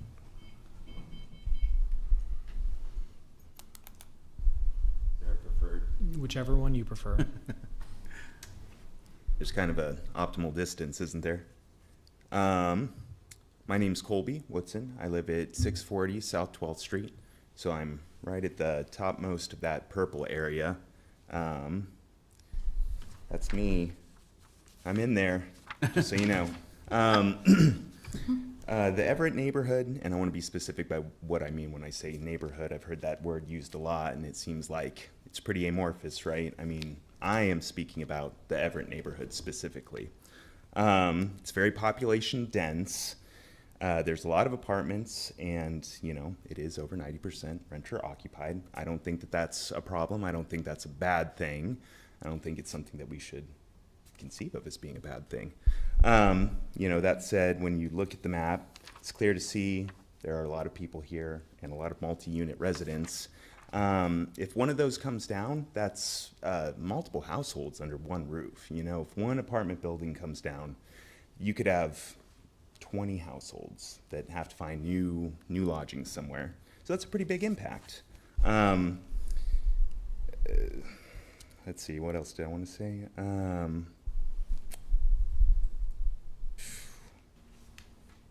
I've noticed over the past couple of years there have been a lot of smaller firms that have been buying properties, fixing them up, flipping them, existing properties. So, you know, is the neighborhood renewing itself in that capacity without larger real estate development transpiring in the area? I think it has. I think I've seen that myself. I've seen multiple work crews along Goodhue Boulevard, 11th Street, 13th Street. Some of these older properties, just by virtue of the market doing what it does, is, you know, it's renewing itself. So, you know, in regards to the steering committees and the planning commissions and the roundtables that have gone into planning for this, you know, there have been people from the near south neighborhood, there have been people from the Salt Valley area, there have been people from the Central Business District, there have been potential investors, there have been a lot of people that don't necessarily live in here that were part of this, you know, community planning process, which, you know, what do we mean when we say stakeholder? You know, I think we should clearly define what a stakeholder is. I don't think it should be a buzzword that gets thrown around willy-nilly because it sounds nice. I think that the people that live in here are the real stakeholders. So, you know, I understand a lot of work went into all those roundtables and steering committees and planning commissions, but, you know, it's, as somebody that lives in the area, to have all those people referred to as stakeholders when I really only think of the current residents as being such is something that makes me bristle. You know, the Everett neighborhood, the city's talked a lot over the past couple of years about the need for affordable housing, and you're not going to find any more affordable housing all in one space as you are in specifically the northern half of the Everett neighborhood. You know, it's already an extraordinarily affordable area, and that suits the needs of a lot of people that are already, you know, living there now. You've got single-parent households, you've got retirees that are living on fixed incomes, you've got students, undergraduate and graduate, and they might not stay there permanently, but, you know, being so close to campus and being able to readily commute to campus is a good thing for them at that stage of their life. So it is succeeding in doing what it has done for a long time and does quite well, which is provide a lot of affordable housing to a lot of different types of people that need it. Yeah, you know, and there are a lot of amenities for people that are of modest means. We've got a soup kitchen, we've got 3 pantries, we've got pretty much 3 grocery stores, one's just outside of the area, and 2 elementary schools. You know, that, oh, is my time up? 1 minute. That is, for somebody that can't afford an automobile, it's a blessing to have all that in close proximity. And, you know, the potential for alcohol consumption and potential alcohol production, I think if I understand it correctly, there's the potential for microbreweries in the purple and blue area. And the blue area, you know, that's an elementary school, and that's an elementary school. So potential breweries, if I read it right, that seems wrong to me. I don't know.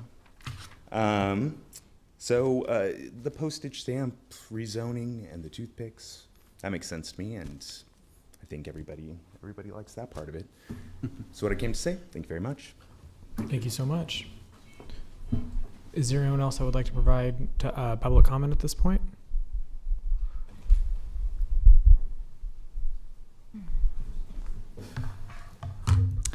Jane Kinsey with Watchdogs. Well, when we talk about downtown community development, it's just another name for community organization.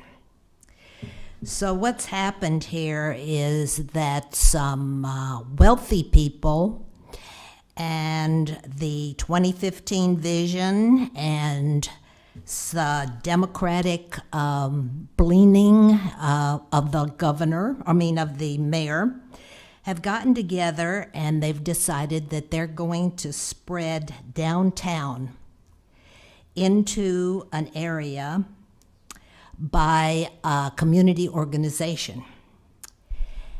Now, this neighborhood that they're talking about, not the wealthy part, is made up of lower income people and unsophisticated population. They wouldn't know about a planning commission or a effort to undercut what they're doing because they're not that sophisticated. There is the goal of the Democratic Party under its present leadership to do away with private ownership of homes and to do away with suburbs. So it's easier to put people into an area that's controlled by the government. Now, I'm not saying that maybe everybody involved with this realizes that, but it smells that way.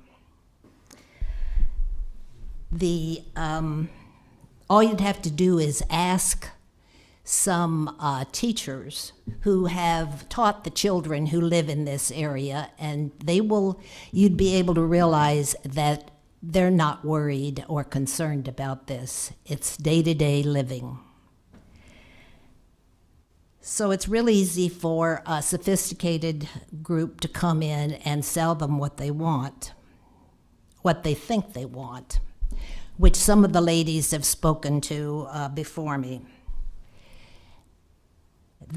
I'd like to see the actual meetings of these people and a survey that wasn't biased to see what they really wanted. What's wrong with rental property? If you have problems with a landlord, there are laws on our books to handle that. We don't need to tear up the whole community and take away a landlord's income to do that.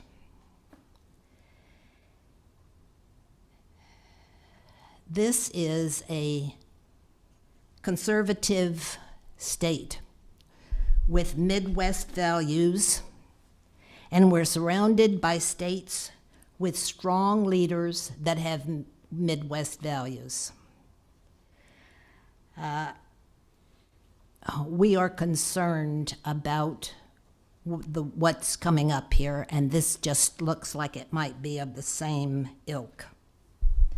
Bring East Coast, West Coast ideas, living to a city that has been peaceful, comfortable, and has given up a possibility to people to live in harmony with each other. There's some powerful folks behind this. And I don't expect you to vote against it, because you're pretty much in the camp of the powerful people. But I would like for the public to think about what the people who have opposed this have said and to realize that it's not just innocent development, that there may be something dangerous behind it. The people have already spoken that they don't like offices and retail. You know, retail is overbuilt in this town, number one, or I should say offices are. Retail has never gone downtown. And all these improvements that are on for downtown, they want to put something on the first floor that is retail. Restaurants. You know the history of that. It hasn't gone. It's already overbuilt down there. So I hope the people that you represent who fit in with this community as it was will let you know what they think of this idea. Thank you, Ms. Kinsey. Is there anyone else that would like to provide public comment at this time? Okay, seeing none, I would invite Mr. Seacrest and Mr. Reba up to provide a rebuttal.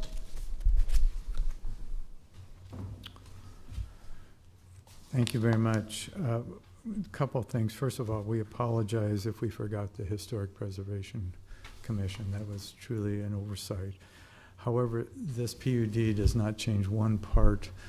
All their regulatory review, certificates of appropriateness, that's another layer that you have to go through. So this does not reduce all of those protections. In fact, we think this will help provide more land uses that will encourage people to invest and preserve historic properties along the way. Another layer, we talked about building code, we talked department, we talked about health department. We've got the Capital Environments Commission also. That process is in place and has to go through just like historic preservation. So we do not water that down whatsoever. All that process stays in place.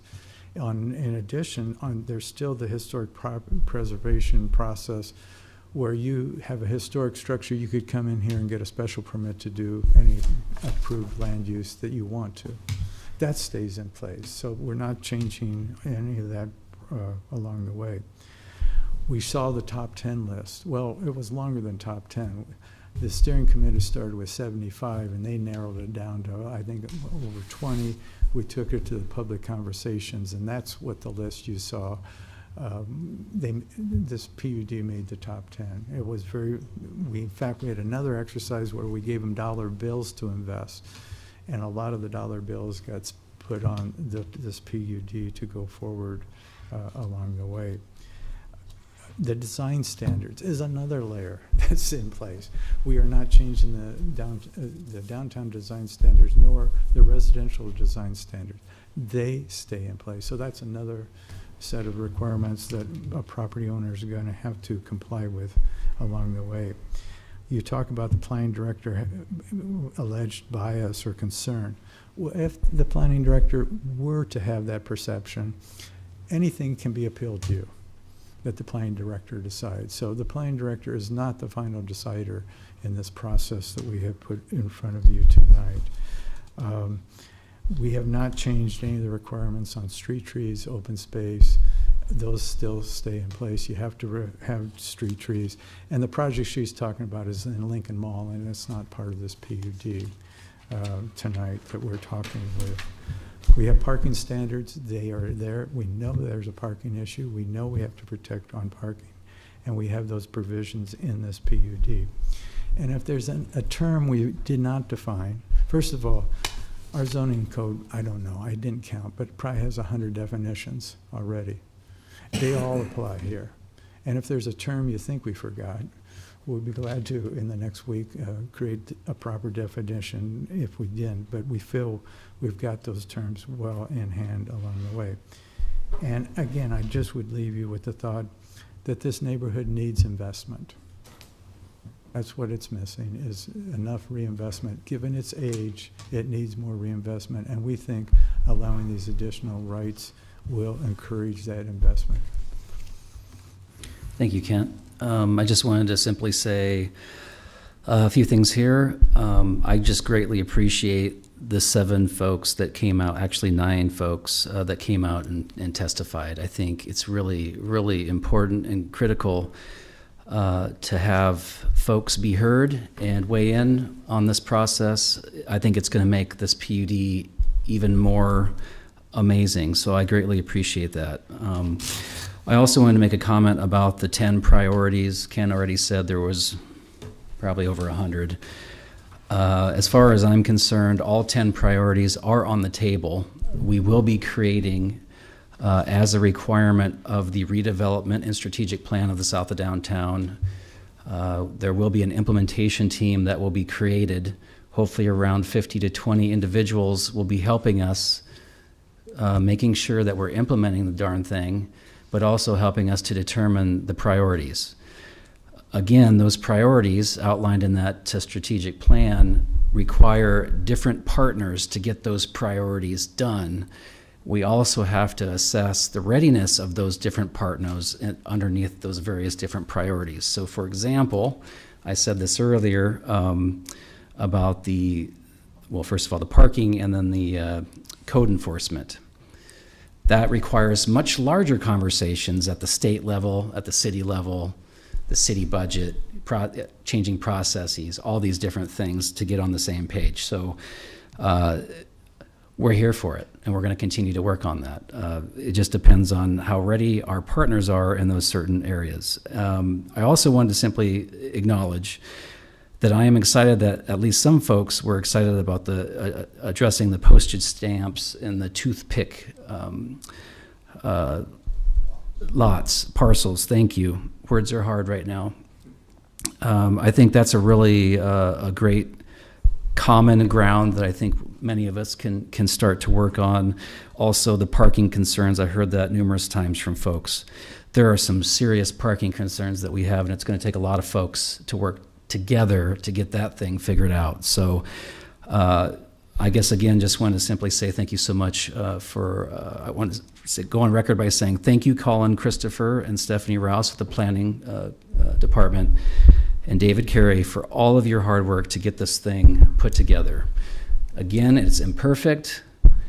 It's going to evolve. We're going to continue. I think it was the gentleman, Colby, had mentioned it's very important to be talking to the folks that live in this area. Well, we've been doing it, and we're going to continue to do it, because really centering their lived experience will help make this a better plan. So we are committed to that. We're going to continue to build those relationships. I'm going to be quiet now. Are there any questions for Mr. Seacrest or Mr. Reba? Councilman Washington? Thank you, Mr. Chair.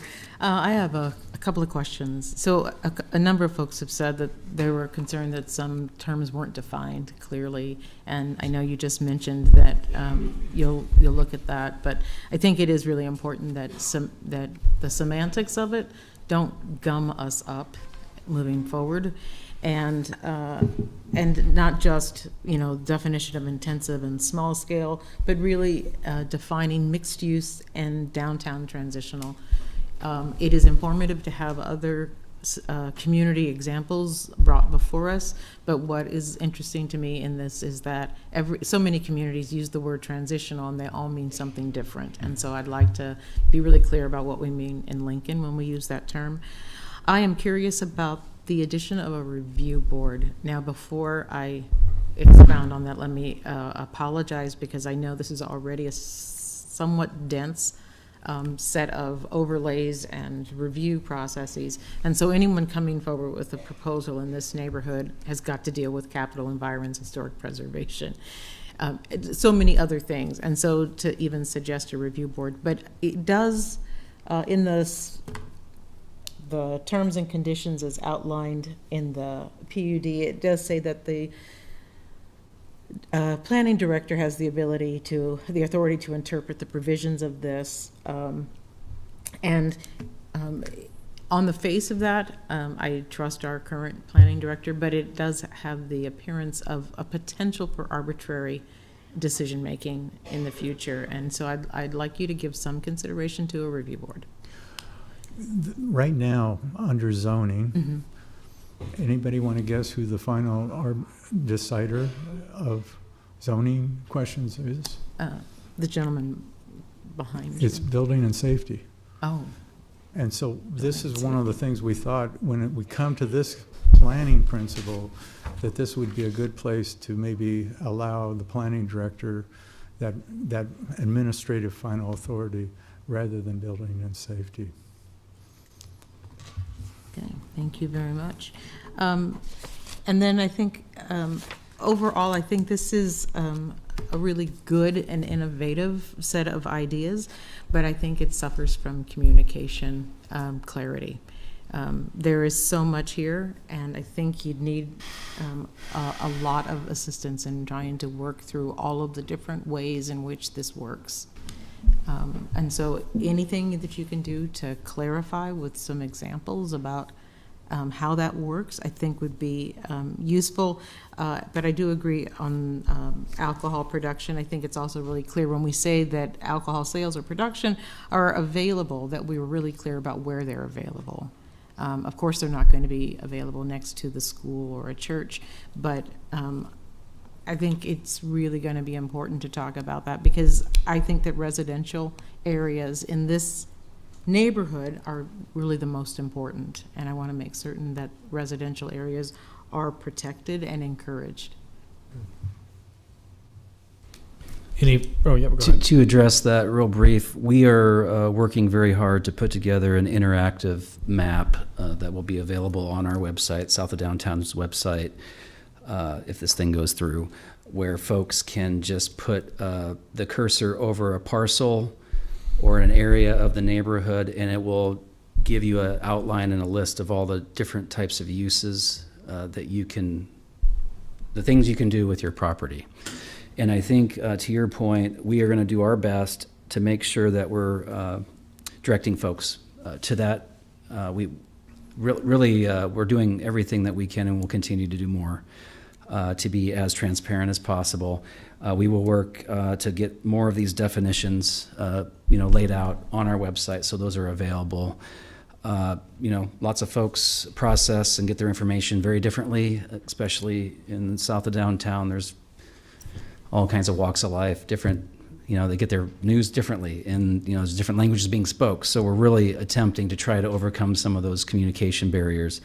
But to your point, made the notes. We're going to continue to work on that. Any further questions? Councilman Beckius? Yes, thank you. Sean, could you describe for me the metrics that your board uses to determine whether the work of the South of Downtown Community Organization is being effective? One item that I am concerned of is instead of anecdotally telling stories, I'm really most interested in the work that you've done, and as we proceed, and should this PUD come into effect, I'm mostly interested in metrics such as, are the number of housing units being maintained? What is happening to the rent in the area? Things like that. Are those metrics that your board is currently measuring and plans to measure going forward? Because as the primary driver of implementation of this work, those are metrics that I think are really key for me as a city councilman to understand if the process of the implementation of the work is actually getting the desired result from a true metric standpoint as opposed to an anecdotal standpoint.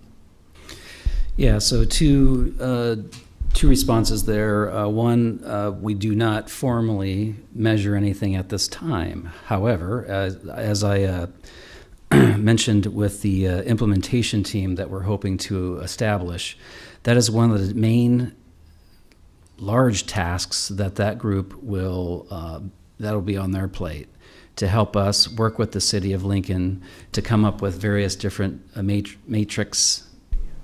You got it. So and just different data sets, because gentrification and displacement has been one of the largest. I'm taking that very seriously, and it's one of the largest concerns that we continue to hear over and over. So I think, to your point, we have to be very serious about what types of data sets do we need to be thinking about and measuring from here on out. And also, our staff have been working on putting together an equitable scorecard that my hope, my vision would be for the board, different partners, the city, to start using this tool to really begin to measure the different projects that are coming our way, and we can measure it from an equity standpoint. And it's going to come out soon, but that's another thing that I think we'd like to use as a tool to help us determine, are we being effective? Who's benefiting and who's being left behind? My hope is that this will really help us ask those questions and figure out what we need to be thinking about. So we're not quite really doing a whole lot of that yet. Okay. But if we can get this thing passed, we're going to be super excited to get this implementation team put together, working with city staff to get some of those matrix and data sets put together, and making sure we're getting that equity scorecard out and beginning to use that. We'll be sharing that with all of you too soon as well. Okay. So, thank you. Yep. Any further questions? Okay, seeing none, thank you both so much for coming down. Thank you. Thank you. Before we move on to the next item, just to remind folks, we are not taking any action on this item today. The vote will be next week. So we'll go ahead and move on to the next item, please. I'll be calling items 7H, 7I, and 7J together. Annexation 20014, application of Fire Ridge LLC to annex approximately 74.74 acres on property generally located at 10400 Van Dorn and 2300 South 98th Streets. The related change of zone 20038, application of Fire Ridge LLC from AG Agriculture District to R3 Residential District on property generally located at 10400 Van Dorn Street. And also the related annexation agreement from Fire Ridge between the city and Fire Ridge LLC for the annexation of property generally located in the area between 98th Street and 105th Street near and abutting Van Dorn Street. Good evening, members of the City Council. My name is Peter Catt. I'm appearing on behalf of the applicant, Fire Ridge. This project is a proposed development at the northeast corner of 98th and Van Dorn on the eastern edge of the city of Lincoln. This project is pretty typical, straightforward urban or residential development on the edge of the city. It has 3 different product types in it: a duplex townhome product type, a traditional single-family product type, and a proposed product type for 55+ age-targeted over in the outside corner. The site had a few challenges, one of which was the creek right down the middle of it, which was also a huge benefit because the city put a $20 million sewer system through it to connect to the stuff over to 84th Street. That enabled this project to go forward. However, the challenges then with the creek that had to be addressed was crossing it, interconnectivity between the neighborhoods. After a lot of discussion with the city staff, we covered that by connecting the 2 sides of the neighborhood across the creek channel with a trail that the city's plans will eventually show, going from Van Dorn all the way up and connecting out to the existing bike path trail up there. In the middle, between those 2 neighborhoods on either side of the channel, the developers agreed to provide a park. City park was shown in the future comp plan area out there, and so that's been incorporated into that development. The challenges on this site that we had to work through with the city staff through the annexation agreement really related to the provision of water. And what do we always have problems with on the edge? Roads. As to the water, there are extensions that will be done to the 16-inch water main in Van Dorn. The city had a project that was going to 98th Street, so we're going to extend it shortly. There will also need to be a water main extended to 98th Street to the north. We're phasing this project in hopes that the city's funds and other needs will end up getting that water main to catch up in that area without us having to advance the funds to build that area out there. As the council knows, this area is going under rapid change. 98th Street has been a real problem out there for a long time. I believe, as best I can tell, the county board is going to let some money go to let Pam go get that paved. So until that's paved, we'll either have to wait on that side or that. The other part was Van Dorn Street, which is an existing paved road. The connection point on that is set really by city standards. In order to accomplish that road connection, in order to meet grade standards, we're going to have to take down the road elevations a little bit and extend it a little bit. But we've got that development worked out with city staff. So I think all of the provisions to enable this to be a great addition to the city of Lincoln are laid out in front of you. We have had really great effort with the city staff to work through the few challenges on the site, and I'd be happy to answer any question that the council may have. Are there any questions from Mr. Catt? Okay, seeing none, thank you so much. Is there anyone that would like to provide public comment on this issue? And then when we're done with public comment, I'll invite you back up to provide a rebuttal. My name is Darren Rich. I live at 1733 South 105th Street. I'm also president of Camelot Acres, the homeowners association, which is just north of this proposed development. I'm not here to comment specifically on the annexation, rather just on the development in general, if that's acceptable. I just have a couple real brief comments.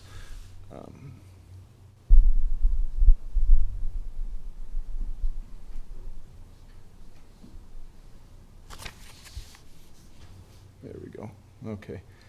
You know, I mean, we understand that you know, progress marches on, and this development will happen. But in its current proposal, we just think there's some changes that could be made to make it more in character with where it's going. I mean, for instance, as was mentioned, there's 3 sizes of lots. There's these bigger lots, and then smaller lots, and very small. And in fact, these smaller lots require a waiver to the provision, I think, for 30% less than the size for a duplex lot, just to cram those in there. So we're against that. Also, I think we would prefer if some of these bigger lots were on the outside edges of the development. Another thing that would be nice to see is that, and I don't know if many of you spend much time out at the Mopac Trail between 98th and 112th, but it's nature, it's out in the country, and it would be very nice if that could be preserved somewhat. We all know things are changing, okay? But along this edge here, there's some common space, there's some green space in the back of these lots, and it would really be nice if the developer could do some landscaping, could plant some trees along that green space that on those back edges of those lots, because it is supposed to be green space. It is an open area, just to help preserve the nature of the Mopac Trail along there. And then there's one other thing that I'm just going to throw out that you might want to consider. It was said that this is a park. Okay, well, I'm not sure what kind of park that will be. It's a low area. It's a floodplain. It's wet. Okay, so it looks good as a park, but I'm not sure it's really a park. What would be great is and I think would be a great opportunity, is here to the east. Several years ago, Larry and Peg Fletcher, that live right here across the Mopac, donated, and I don't know the exact number, it's around 10 acres or so of natural Nebraska prairie grassland to the Audubon Society. So it's just a great thing. It's remarkable they did this. It's all along here, along the bike path. And it just seems natural to me, again, in the characteristic of nature and the bike path out there, this part here right along Mopac is phase 5 of development, okay? It seems like it would be a great opportunity to have an actual usable park, not necessarily the entire phase 5, although that'd be wonderful, but some portion of that top portion may be made into a park that, because it abuts right to that prairie that they've donated to the Audubon Society. It's just something for you to consider. I think it would just be a great addition to the area as it gets more and more populated. Thank you. Are there any questions? Seeing none, thank you so much. Is there anyone else that wishes to provide public comment? Okay, seeing none, Mr. Catt, if you have a rebuttal. I don't know so much a rebuttal as just the reality that this area is converting from acreage and development into an urban dense product. And our comp plan says when we convert and we make $20 million in sewers, we need to take advantage and prohibit sprawl and make sure that we take full utilization of the existing land and utilization. The small lots, those duplex townhomes, each one is going to cost over $300,000 today. By the time we pay for all of the improvements that need to be made, and those people have to pay impact fees and all of the things that go into it, $300,000 is a lot of money. That's as cheap as we can build on the edge of town. The regular size lots, those ones down that are what I'd call traditional, those are going to be $400,000 to $550,000. Today prices, when we get this done in 2 years, who knows how much they're going to be. And the homes up along the Mopac, those are going to be a 55-plus age targeted community. We're projecting values of that at $500,000 to $700,000 homes. So this is dense when it's compared to an acreage development. It's a great project when you look at urban developments because the green space is preserved consistent with the comp plan. All of the floodplain ground is there. All of that green space is preserved and protected, and we have paths that go through it. The park ground is there, is not all swamp ground. There was about 3 acres that was developable back in there and it fit the park. Remember, you have to balance the cost of maintaining a park with its size at its appropriate scale.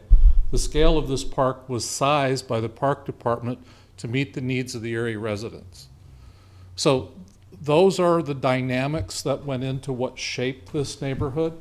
It's exceptionally costly to develop on the edge of Lincoln. And one of the ways to help costs stay down is to have higher densities. And I think higher densities are very consistent with what our community has wanted to do for a long time in terms of discourage sprawl and take advantage of existing improvements. So I'd ask you to approve this project. In a week when you vote on it, I'd be happy to answer any questions you might have. Are there any questions at this time for Mr. Catt? Okay, thank you so much. Thank you so much. Thanks for your service. It's getting late kind of night for you guys, isn't it? I wouldn't have thought of looking at your agenda tonight. All right, we'll move on to the next item, please. I'll call items 7K, 7L, and 7M together, approving the Sharp Building redevelopment agreement between Sharp Building LLC and the city relating to the redevelopment of property generally located at 206 South 13th Street, and the related fiscal year 2020-21 CIP to authorize and appropriate $1,376,894 in TIF funds and $198,000 in other funds for the Sharp Building redevelopment project. And also the related tax allocation bonds for the Sharp Building redevelopment project in the amount not to exceed $1,376,894. Earlier I said good afternoon. I think I can say good evening. Dan Marvin, Urban Development, 555 South 10th Street. Before you is the Sharp Building, which is a building I worked in a long time ago, from 1985 to about 1991. And at that time it was called the American Charter Center, and the building was completely full. Fun fact, I think the owner of that building was not the American Charter. I think they had sold it to somebody who was an absentee owner from Florida. And this building has not been under the ownership of someone from Lincoln, as far as I know, since that time. Building is now under a new owner, and the Sup family is from Lincoln. The building is half full. Similar to another building I might have been up here earlier talking about. And the developer of this building has a track record. And all you need to do is go over to 14th and P Street. You can see the JP Morgan Chase building. That's the little bank there. And next door is Lululemon. So yes, there is retail in the downtown of Lincoln, Nebraska. But they did that, and they've purchased this building. They have goals to make this a data center, to activate the other half that is not currently occupied. And we think the additional square feet will mean more employees in the downtown, more activity, more investment. So we're supportive of that. The private investment is $9.45 million that this total investment is. The agreement addresses a number of different issues. There are parking issues. The previous agreement, when we acquired ownership of a number of the rest of this block, because Parking Enterprise owned some of that, was a parking facility. The agreement that you have before you settles up long-term parking issues with the Sharp building. It addresses a generator issue. There's a generator on the back. Didn't really know about this when I was walking up and down the street, but this generator would get relocated towards the top of the building and would shrink its footprint a little bit.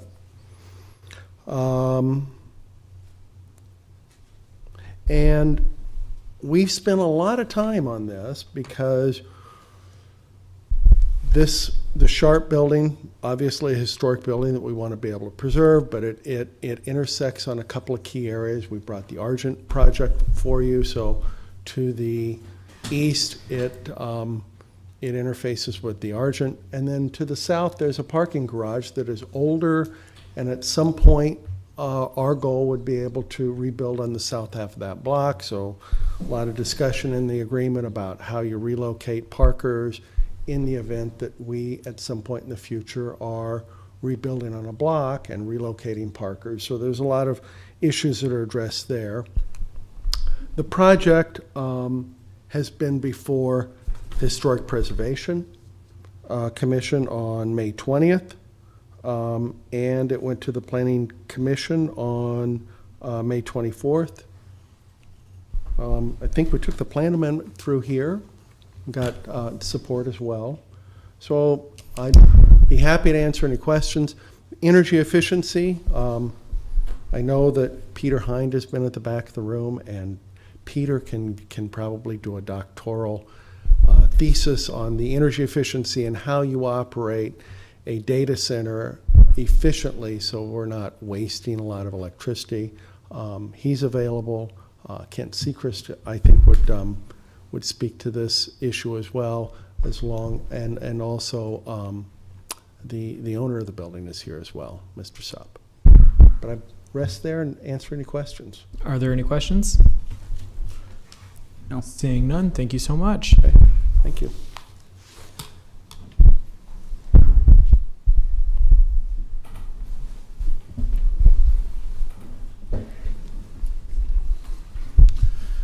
Good evening. Kent Seacrest representing Sharp Building LLC, which again is the subfamily entity, and we'll try to be brief. You've had a long day, and we for sure appreciate your time. Also, Peter Hine is here if you do have any questions of him along the way.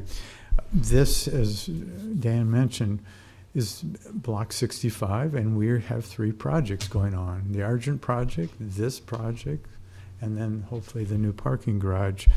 And we've basically had to relocate that energy generator facility. And you wouldn't think that's a big deal, but that's about a $500,000 ticket that we're doing to remove it off the Argent footprint that you're about ready to sell to Argent. So this is one of the hurdles that we did have to overcome. Dan showed you that picture, and we also had to coordinate, as Dan said, with the parking garage, utility relocation issues, a new skywalk bridge, because there's a current one that connects this building to the old garage and would hopefully put back the new. And we have to repave the alley for both Argent and ourselves and the new garage along the way. The Sharp Building proposed land uses include, like they are already, first floor primarily retail and commercial, office on the upper, a data center, which is pretty exciting to me. And then if we'd like to go all the way up with office, but if the market's not there, we could do a couple stories on the upper building as residential along the way. Dan mentioned the $9.45 million investment by the family that will be done in phases.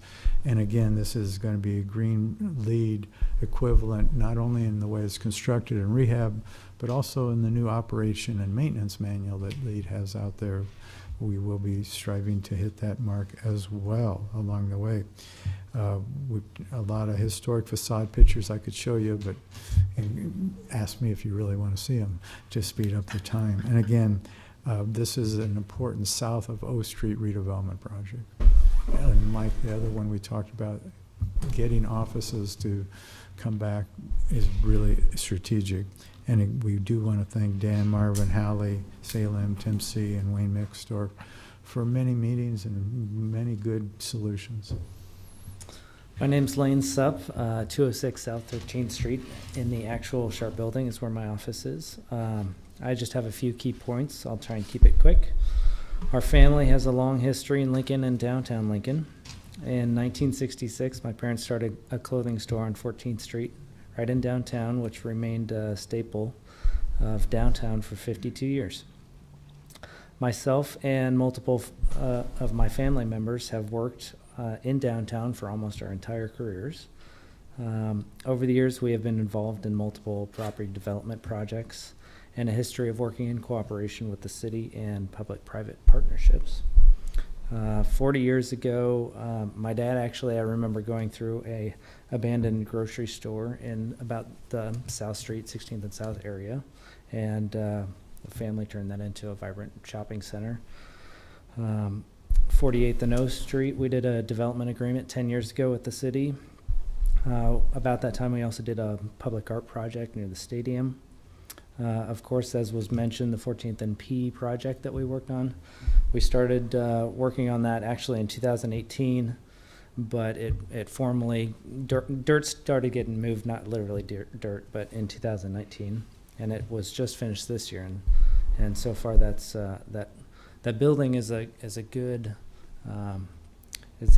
moniker, I guess, if you will, on how we would like to do development. We want it to be a community thing that is an ecosystem that works really good. So I think that's done well. The Sharp Building has multiple uses, including a data center, carrier hotel, which is a key piece for Lincoln's digital future. I happen to be in the technology field myself, so very familiar with that. It's also a significant office building. The building has been a staple of downtown Lincoln for what is approaching 100 years. We're not quite there yet, but it's getting there. Coming out of COVID, this is a perfect time for redevelopment, especially in downtown. We have a distinct advantage, our longevity in the community and our involvement. We have local ownership, local control, and local investment. And we also have other projects that we'd like to do in the future. So we want to continue working on this relationship with the city and see how we can improve the community. Thank you. Are there any questions? Seeing none, thank you so much. Thank you.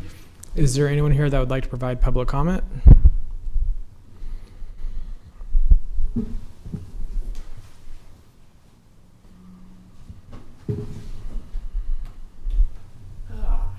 Good evening. Richard Halverson, 6311 Inverness Road. Well, unfortunately, I couldn't quite make out that chart for the TIF with my eyesight's fading, but it doesn't make any difference. What it's going for, because one of the things of TIF is this project will not take place unless we get TIF. And unless we get help from the taxpayers, we cannot do this project. And I didn't hear anybody say that today. Again, maybe I missed something, but I didn't hear anybody say that we cannot do this project unless we get help from Lincoln taxpayers. So I guess I would be against awarding the TIF. Thank you. Thank you so much. Is there anyone else here that would like to provide public comment? Okay, seeing none, would you all like to provide a rebuttal?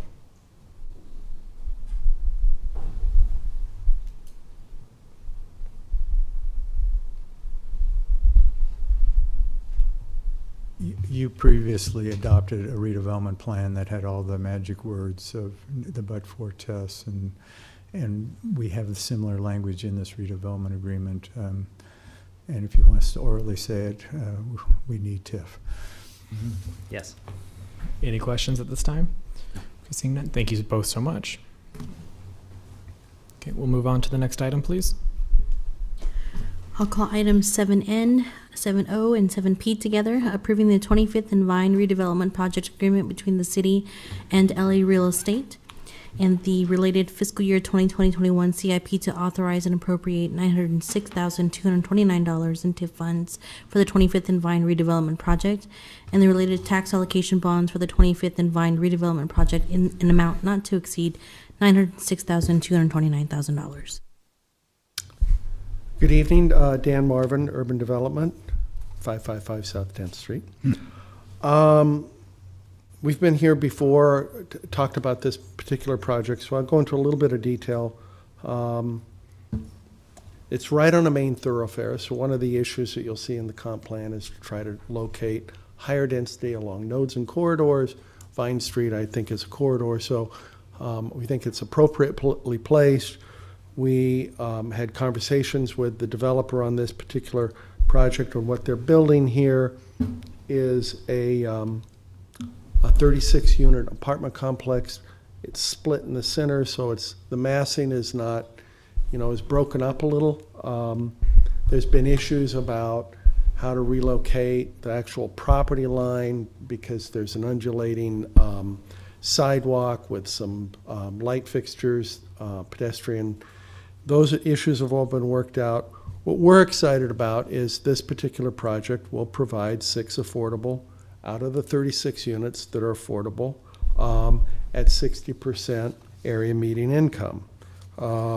Page 12 of the agreement has a lot of different language, and 13, but for a period of 20 years following the issuance of the certificate of completion, redeveloper will make 6 dwelling units located in the private improvements available exclusively to tenants whose household incomes are equal to or less than 60% of the area median income in Lincoln, Nebraska.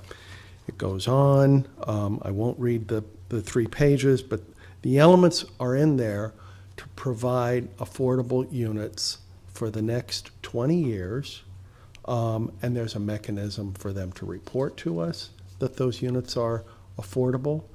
And we think this is a fantastic use of tax increment financing to secure that, but it does more than just address the elements there.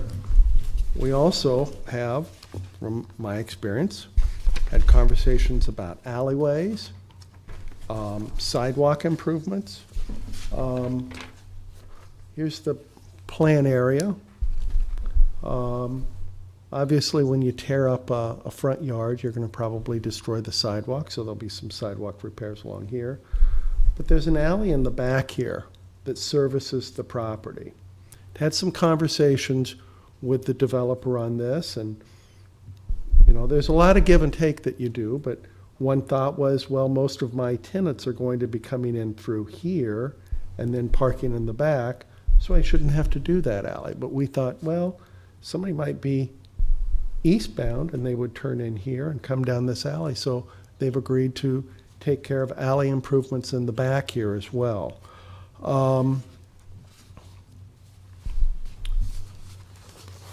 We've been before Urban Design Committee. They made suggestions. There were some material uses that developer originally nominated through Urban Design Committee. They nominated a different sort.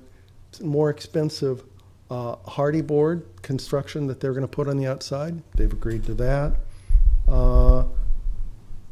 I think construction is going to start immediately. Had the conversation with Aaron at the back. Lumber prices seem to be dropping, so hopefully that's in the trend in their. The trend is their friend, as we used to say in the brokerage business. But so we would be very supportive, and I'll stop there. I know Aaron and Ann are at the back and can give some additional details, but let me open up for any questions you might have. Are there any questions for Director Marvin? Councilwoman Raybold? Can you talk to us a little bit about the parking in the back for the 36 units? So we had a lot of conversations about that. The parking ratio we've agreed to is 1.5 units per apartment. So that would be 54 parking stalls. That's below the current standard, but I know there have been continued discussions. We're holding on with a number of different people. Kurt Elder in our office has done actually a lot of work looking at the number of cars that apartment owners typically have. And the truth is, in many cases, we see that the number is below 1.5. I know planning has weighed in on this. David's looked at it, but we're comfortable with the 1.5 parking stall number.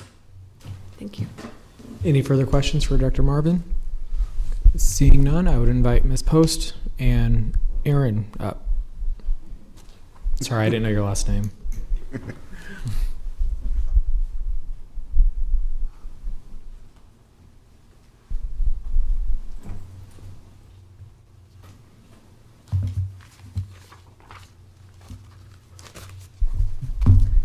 Good evening. My name is Ann Post. I'm an attorney with Baylor Evans Law Firm at 1248 O Street, Suite 600. I'm here today on behalf of LA Real Estate and the Vineyard LLC, the developer for this project. With me is Aaron Bird, the developer. And as Director Marvin did a great job describing this project as it is finally coming before you today, this is a multifamily residential rehabilitation or redevelopment project. There will be 36 units in 2 buildings, with 6 units of affordable housing, and those will be interspersed throughout the building. This includes the use of TIF in this project includes alley paving, facade enhancements. One thing that Director Marvin didn't mention is that also energy enhancements. So that is more energy efficiency above code will be included within this project. And also those, I think I mentioned, but 6 units of affordable housing for 20 years. And so that's opposed to the 15 years because of the extreme blight designation and our ability to get tax increment financing for 20 years to support this project. So with that, I have a few elevations that you can see what we anticipate this building looking like. And there we go.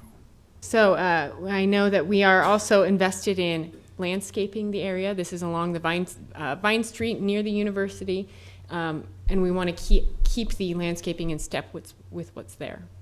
And so with that, I will open it up. I won't take too much more time to reiterate points Director Marvin already made, but we'll be happy to answer any questions you have.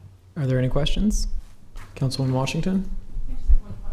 I just have one question. I really appreciate the affordable housing, the 20 years, that's great. But on landscaping, if you would put that picture back up again, I was just wondering about street trees on Vine. As I drive up and down Vine, I look at that and go, gosh, it's so, the north side of the street isn't very shady. It's pretty hot walking along that, and I see you say you have a commitment to that, but I don't see very many trees. I see shrubs. And so I'm wondering if you're going to Is there not space for trees? Yes, I think, well, I'm sorry. Aaron, did you want to answer that? Aaron Bird. There is in part of the the planning process, the CUP, we adjusted some of the front yard and side yard setbacks in order to acquire the complex. By doing so, we reduced some of the front yard setback. So if you were going to plant a tree within a 7.5 foot front yard setback, you're going to have some issues. Yeah. And so that is one of the adjustments to accommodate parking, that we needed the setback for parking, commitment to landscaping, but it may not allow us to have trees there. Okay. Any further questions? Seeing none, thank you both so much. Thank you. Is there anyone that would like to provide public comment on this? Okay, seeing none, we will go ahead and end the public hearing portion, and we'll move on to the next section, please. We do have to have motions on the resolutions that are related to the ordinances that were presented. Okay. I'll introduce the motion on 7J to delay. Second? Thank you. Moved and seconded by Councilwoman Raybold. Any discussion? Seeing none, can you please do a roll call vote on the motion to delay? And that's just to delay to July 26th. I just want to be clear, that's a 1 week delay so things catch up. Okay. Raybold? Yes. Washington? Yes. Ward? Yes. Schob? Yes. Beckius? Yes. McGinnis? Yes. Bowers? Yes. Motion carried 7-0. Bless you. I'd also like to submit a motion to delay on item 7K, to delay that vote until July 26th, again, for the same reason. 7K and 7L. And 7L, you're right. Thank you very much. Friendly amendment accepted. Second. Second. Moved and seconded by Councilwoman Raybold. Any discussion? Councilman Schob? Thank you, Mr. Chair. So the item we just delayed, and these two items are both resolutions that we should normally vote on today.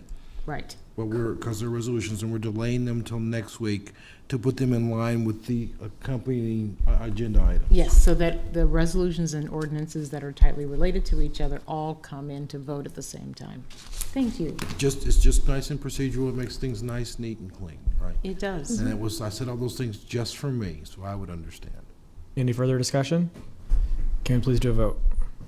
McGinnis? Yes. Ward? Yes. Washington? Yes. Raybold? Yes. Schob? Yes. Beckius? Yes. Bowers? Motion carried 7-0. And then lastly, one more motion to delay on item 7N. Again, it's a resolution. I'd like it to catch up. And 7O. Second? Yes. Moved and seconded by Councilwoman Raybold. Any further discussion? Seeing none, may we please do a roll call vote? Raybold? Yes. Ward? Yes. Schob? Yes. McGinnis? Yes. Washington? Yes. Beckius? Yes. Bowers? Yes. Motion carried 7-0. Awesome. Can we move on to the next section, please? Section 8, ordinances, third reading and related resolutions, approving amendment number 1 to the amended and restate interlocal corporation agreement establishing the District Energy Corporation, introduced by Schob. So moved, and that was a lot of words. Second. Moved and seconded by Councilwoman Washington. Any discussion? Oh, hard words.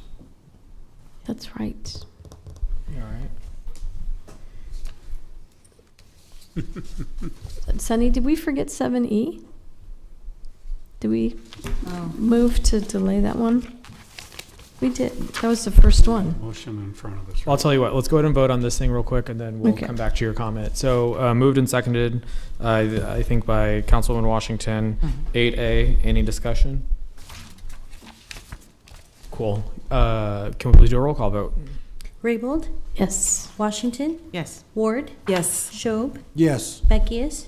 Yes. McGinnis? Yes. Bowers? Yes. Okay. Motion carried 7-0. Councilwoman Raybold, you're recognized. Well, Councilman McGinnis was astute. Did we forget to delay 7E?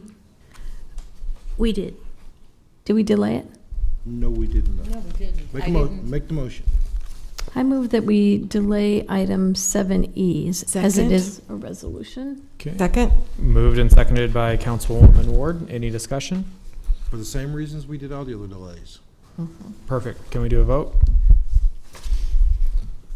Yes. Awesome. Beckius, Yes. McGinnis, Yes. Raybold, Yes. Schob, Yes. Ward, Yes. Washington, Yes. Bowers. Yes. Motion carried 7-0. And Mr. Beckius will have a motion to amend next week when we vote on that, correct? Mm-hmm. Yay. Resolutions first readings are items 9A through 9E. Ordinances first reading and related resolutions are items 10A through 10C. We have pending list dates certain, items 11A and 11B, and pending list items 12A through 12C. Okay. We are now moving into the public comment section. Is there anyone here that wishes to speak in front of the council? Seeing none, I would ask for a motion to adjourn. I move we adjourn, and I really highly recommend everyone go see the Addams Family at Pinewood Bowl this coming weekend. Second. Moved and seconded by Councilwoman Raybold and Councilman McGinnis. Councilman Schob? I think there's no discussion on that. We just keep moving. Yeah. I missed my chance. Keep going. Okay. Can we do a roll call vote, please? Ward, Yes. Beckius, Yes. Raybold, Yes. Washington, Yes. McGinnis, Yes. Schob, Yes. Bowers. Yes, we're Motion adjourned. carried 7-0. Remember the rodeo. Oh, I'm gonna say forgot those the things. rodeo. Oh,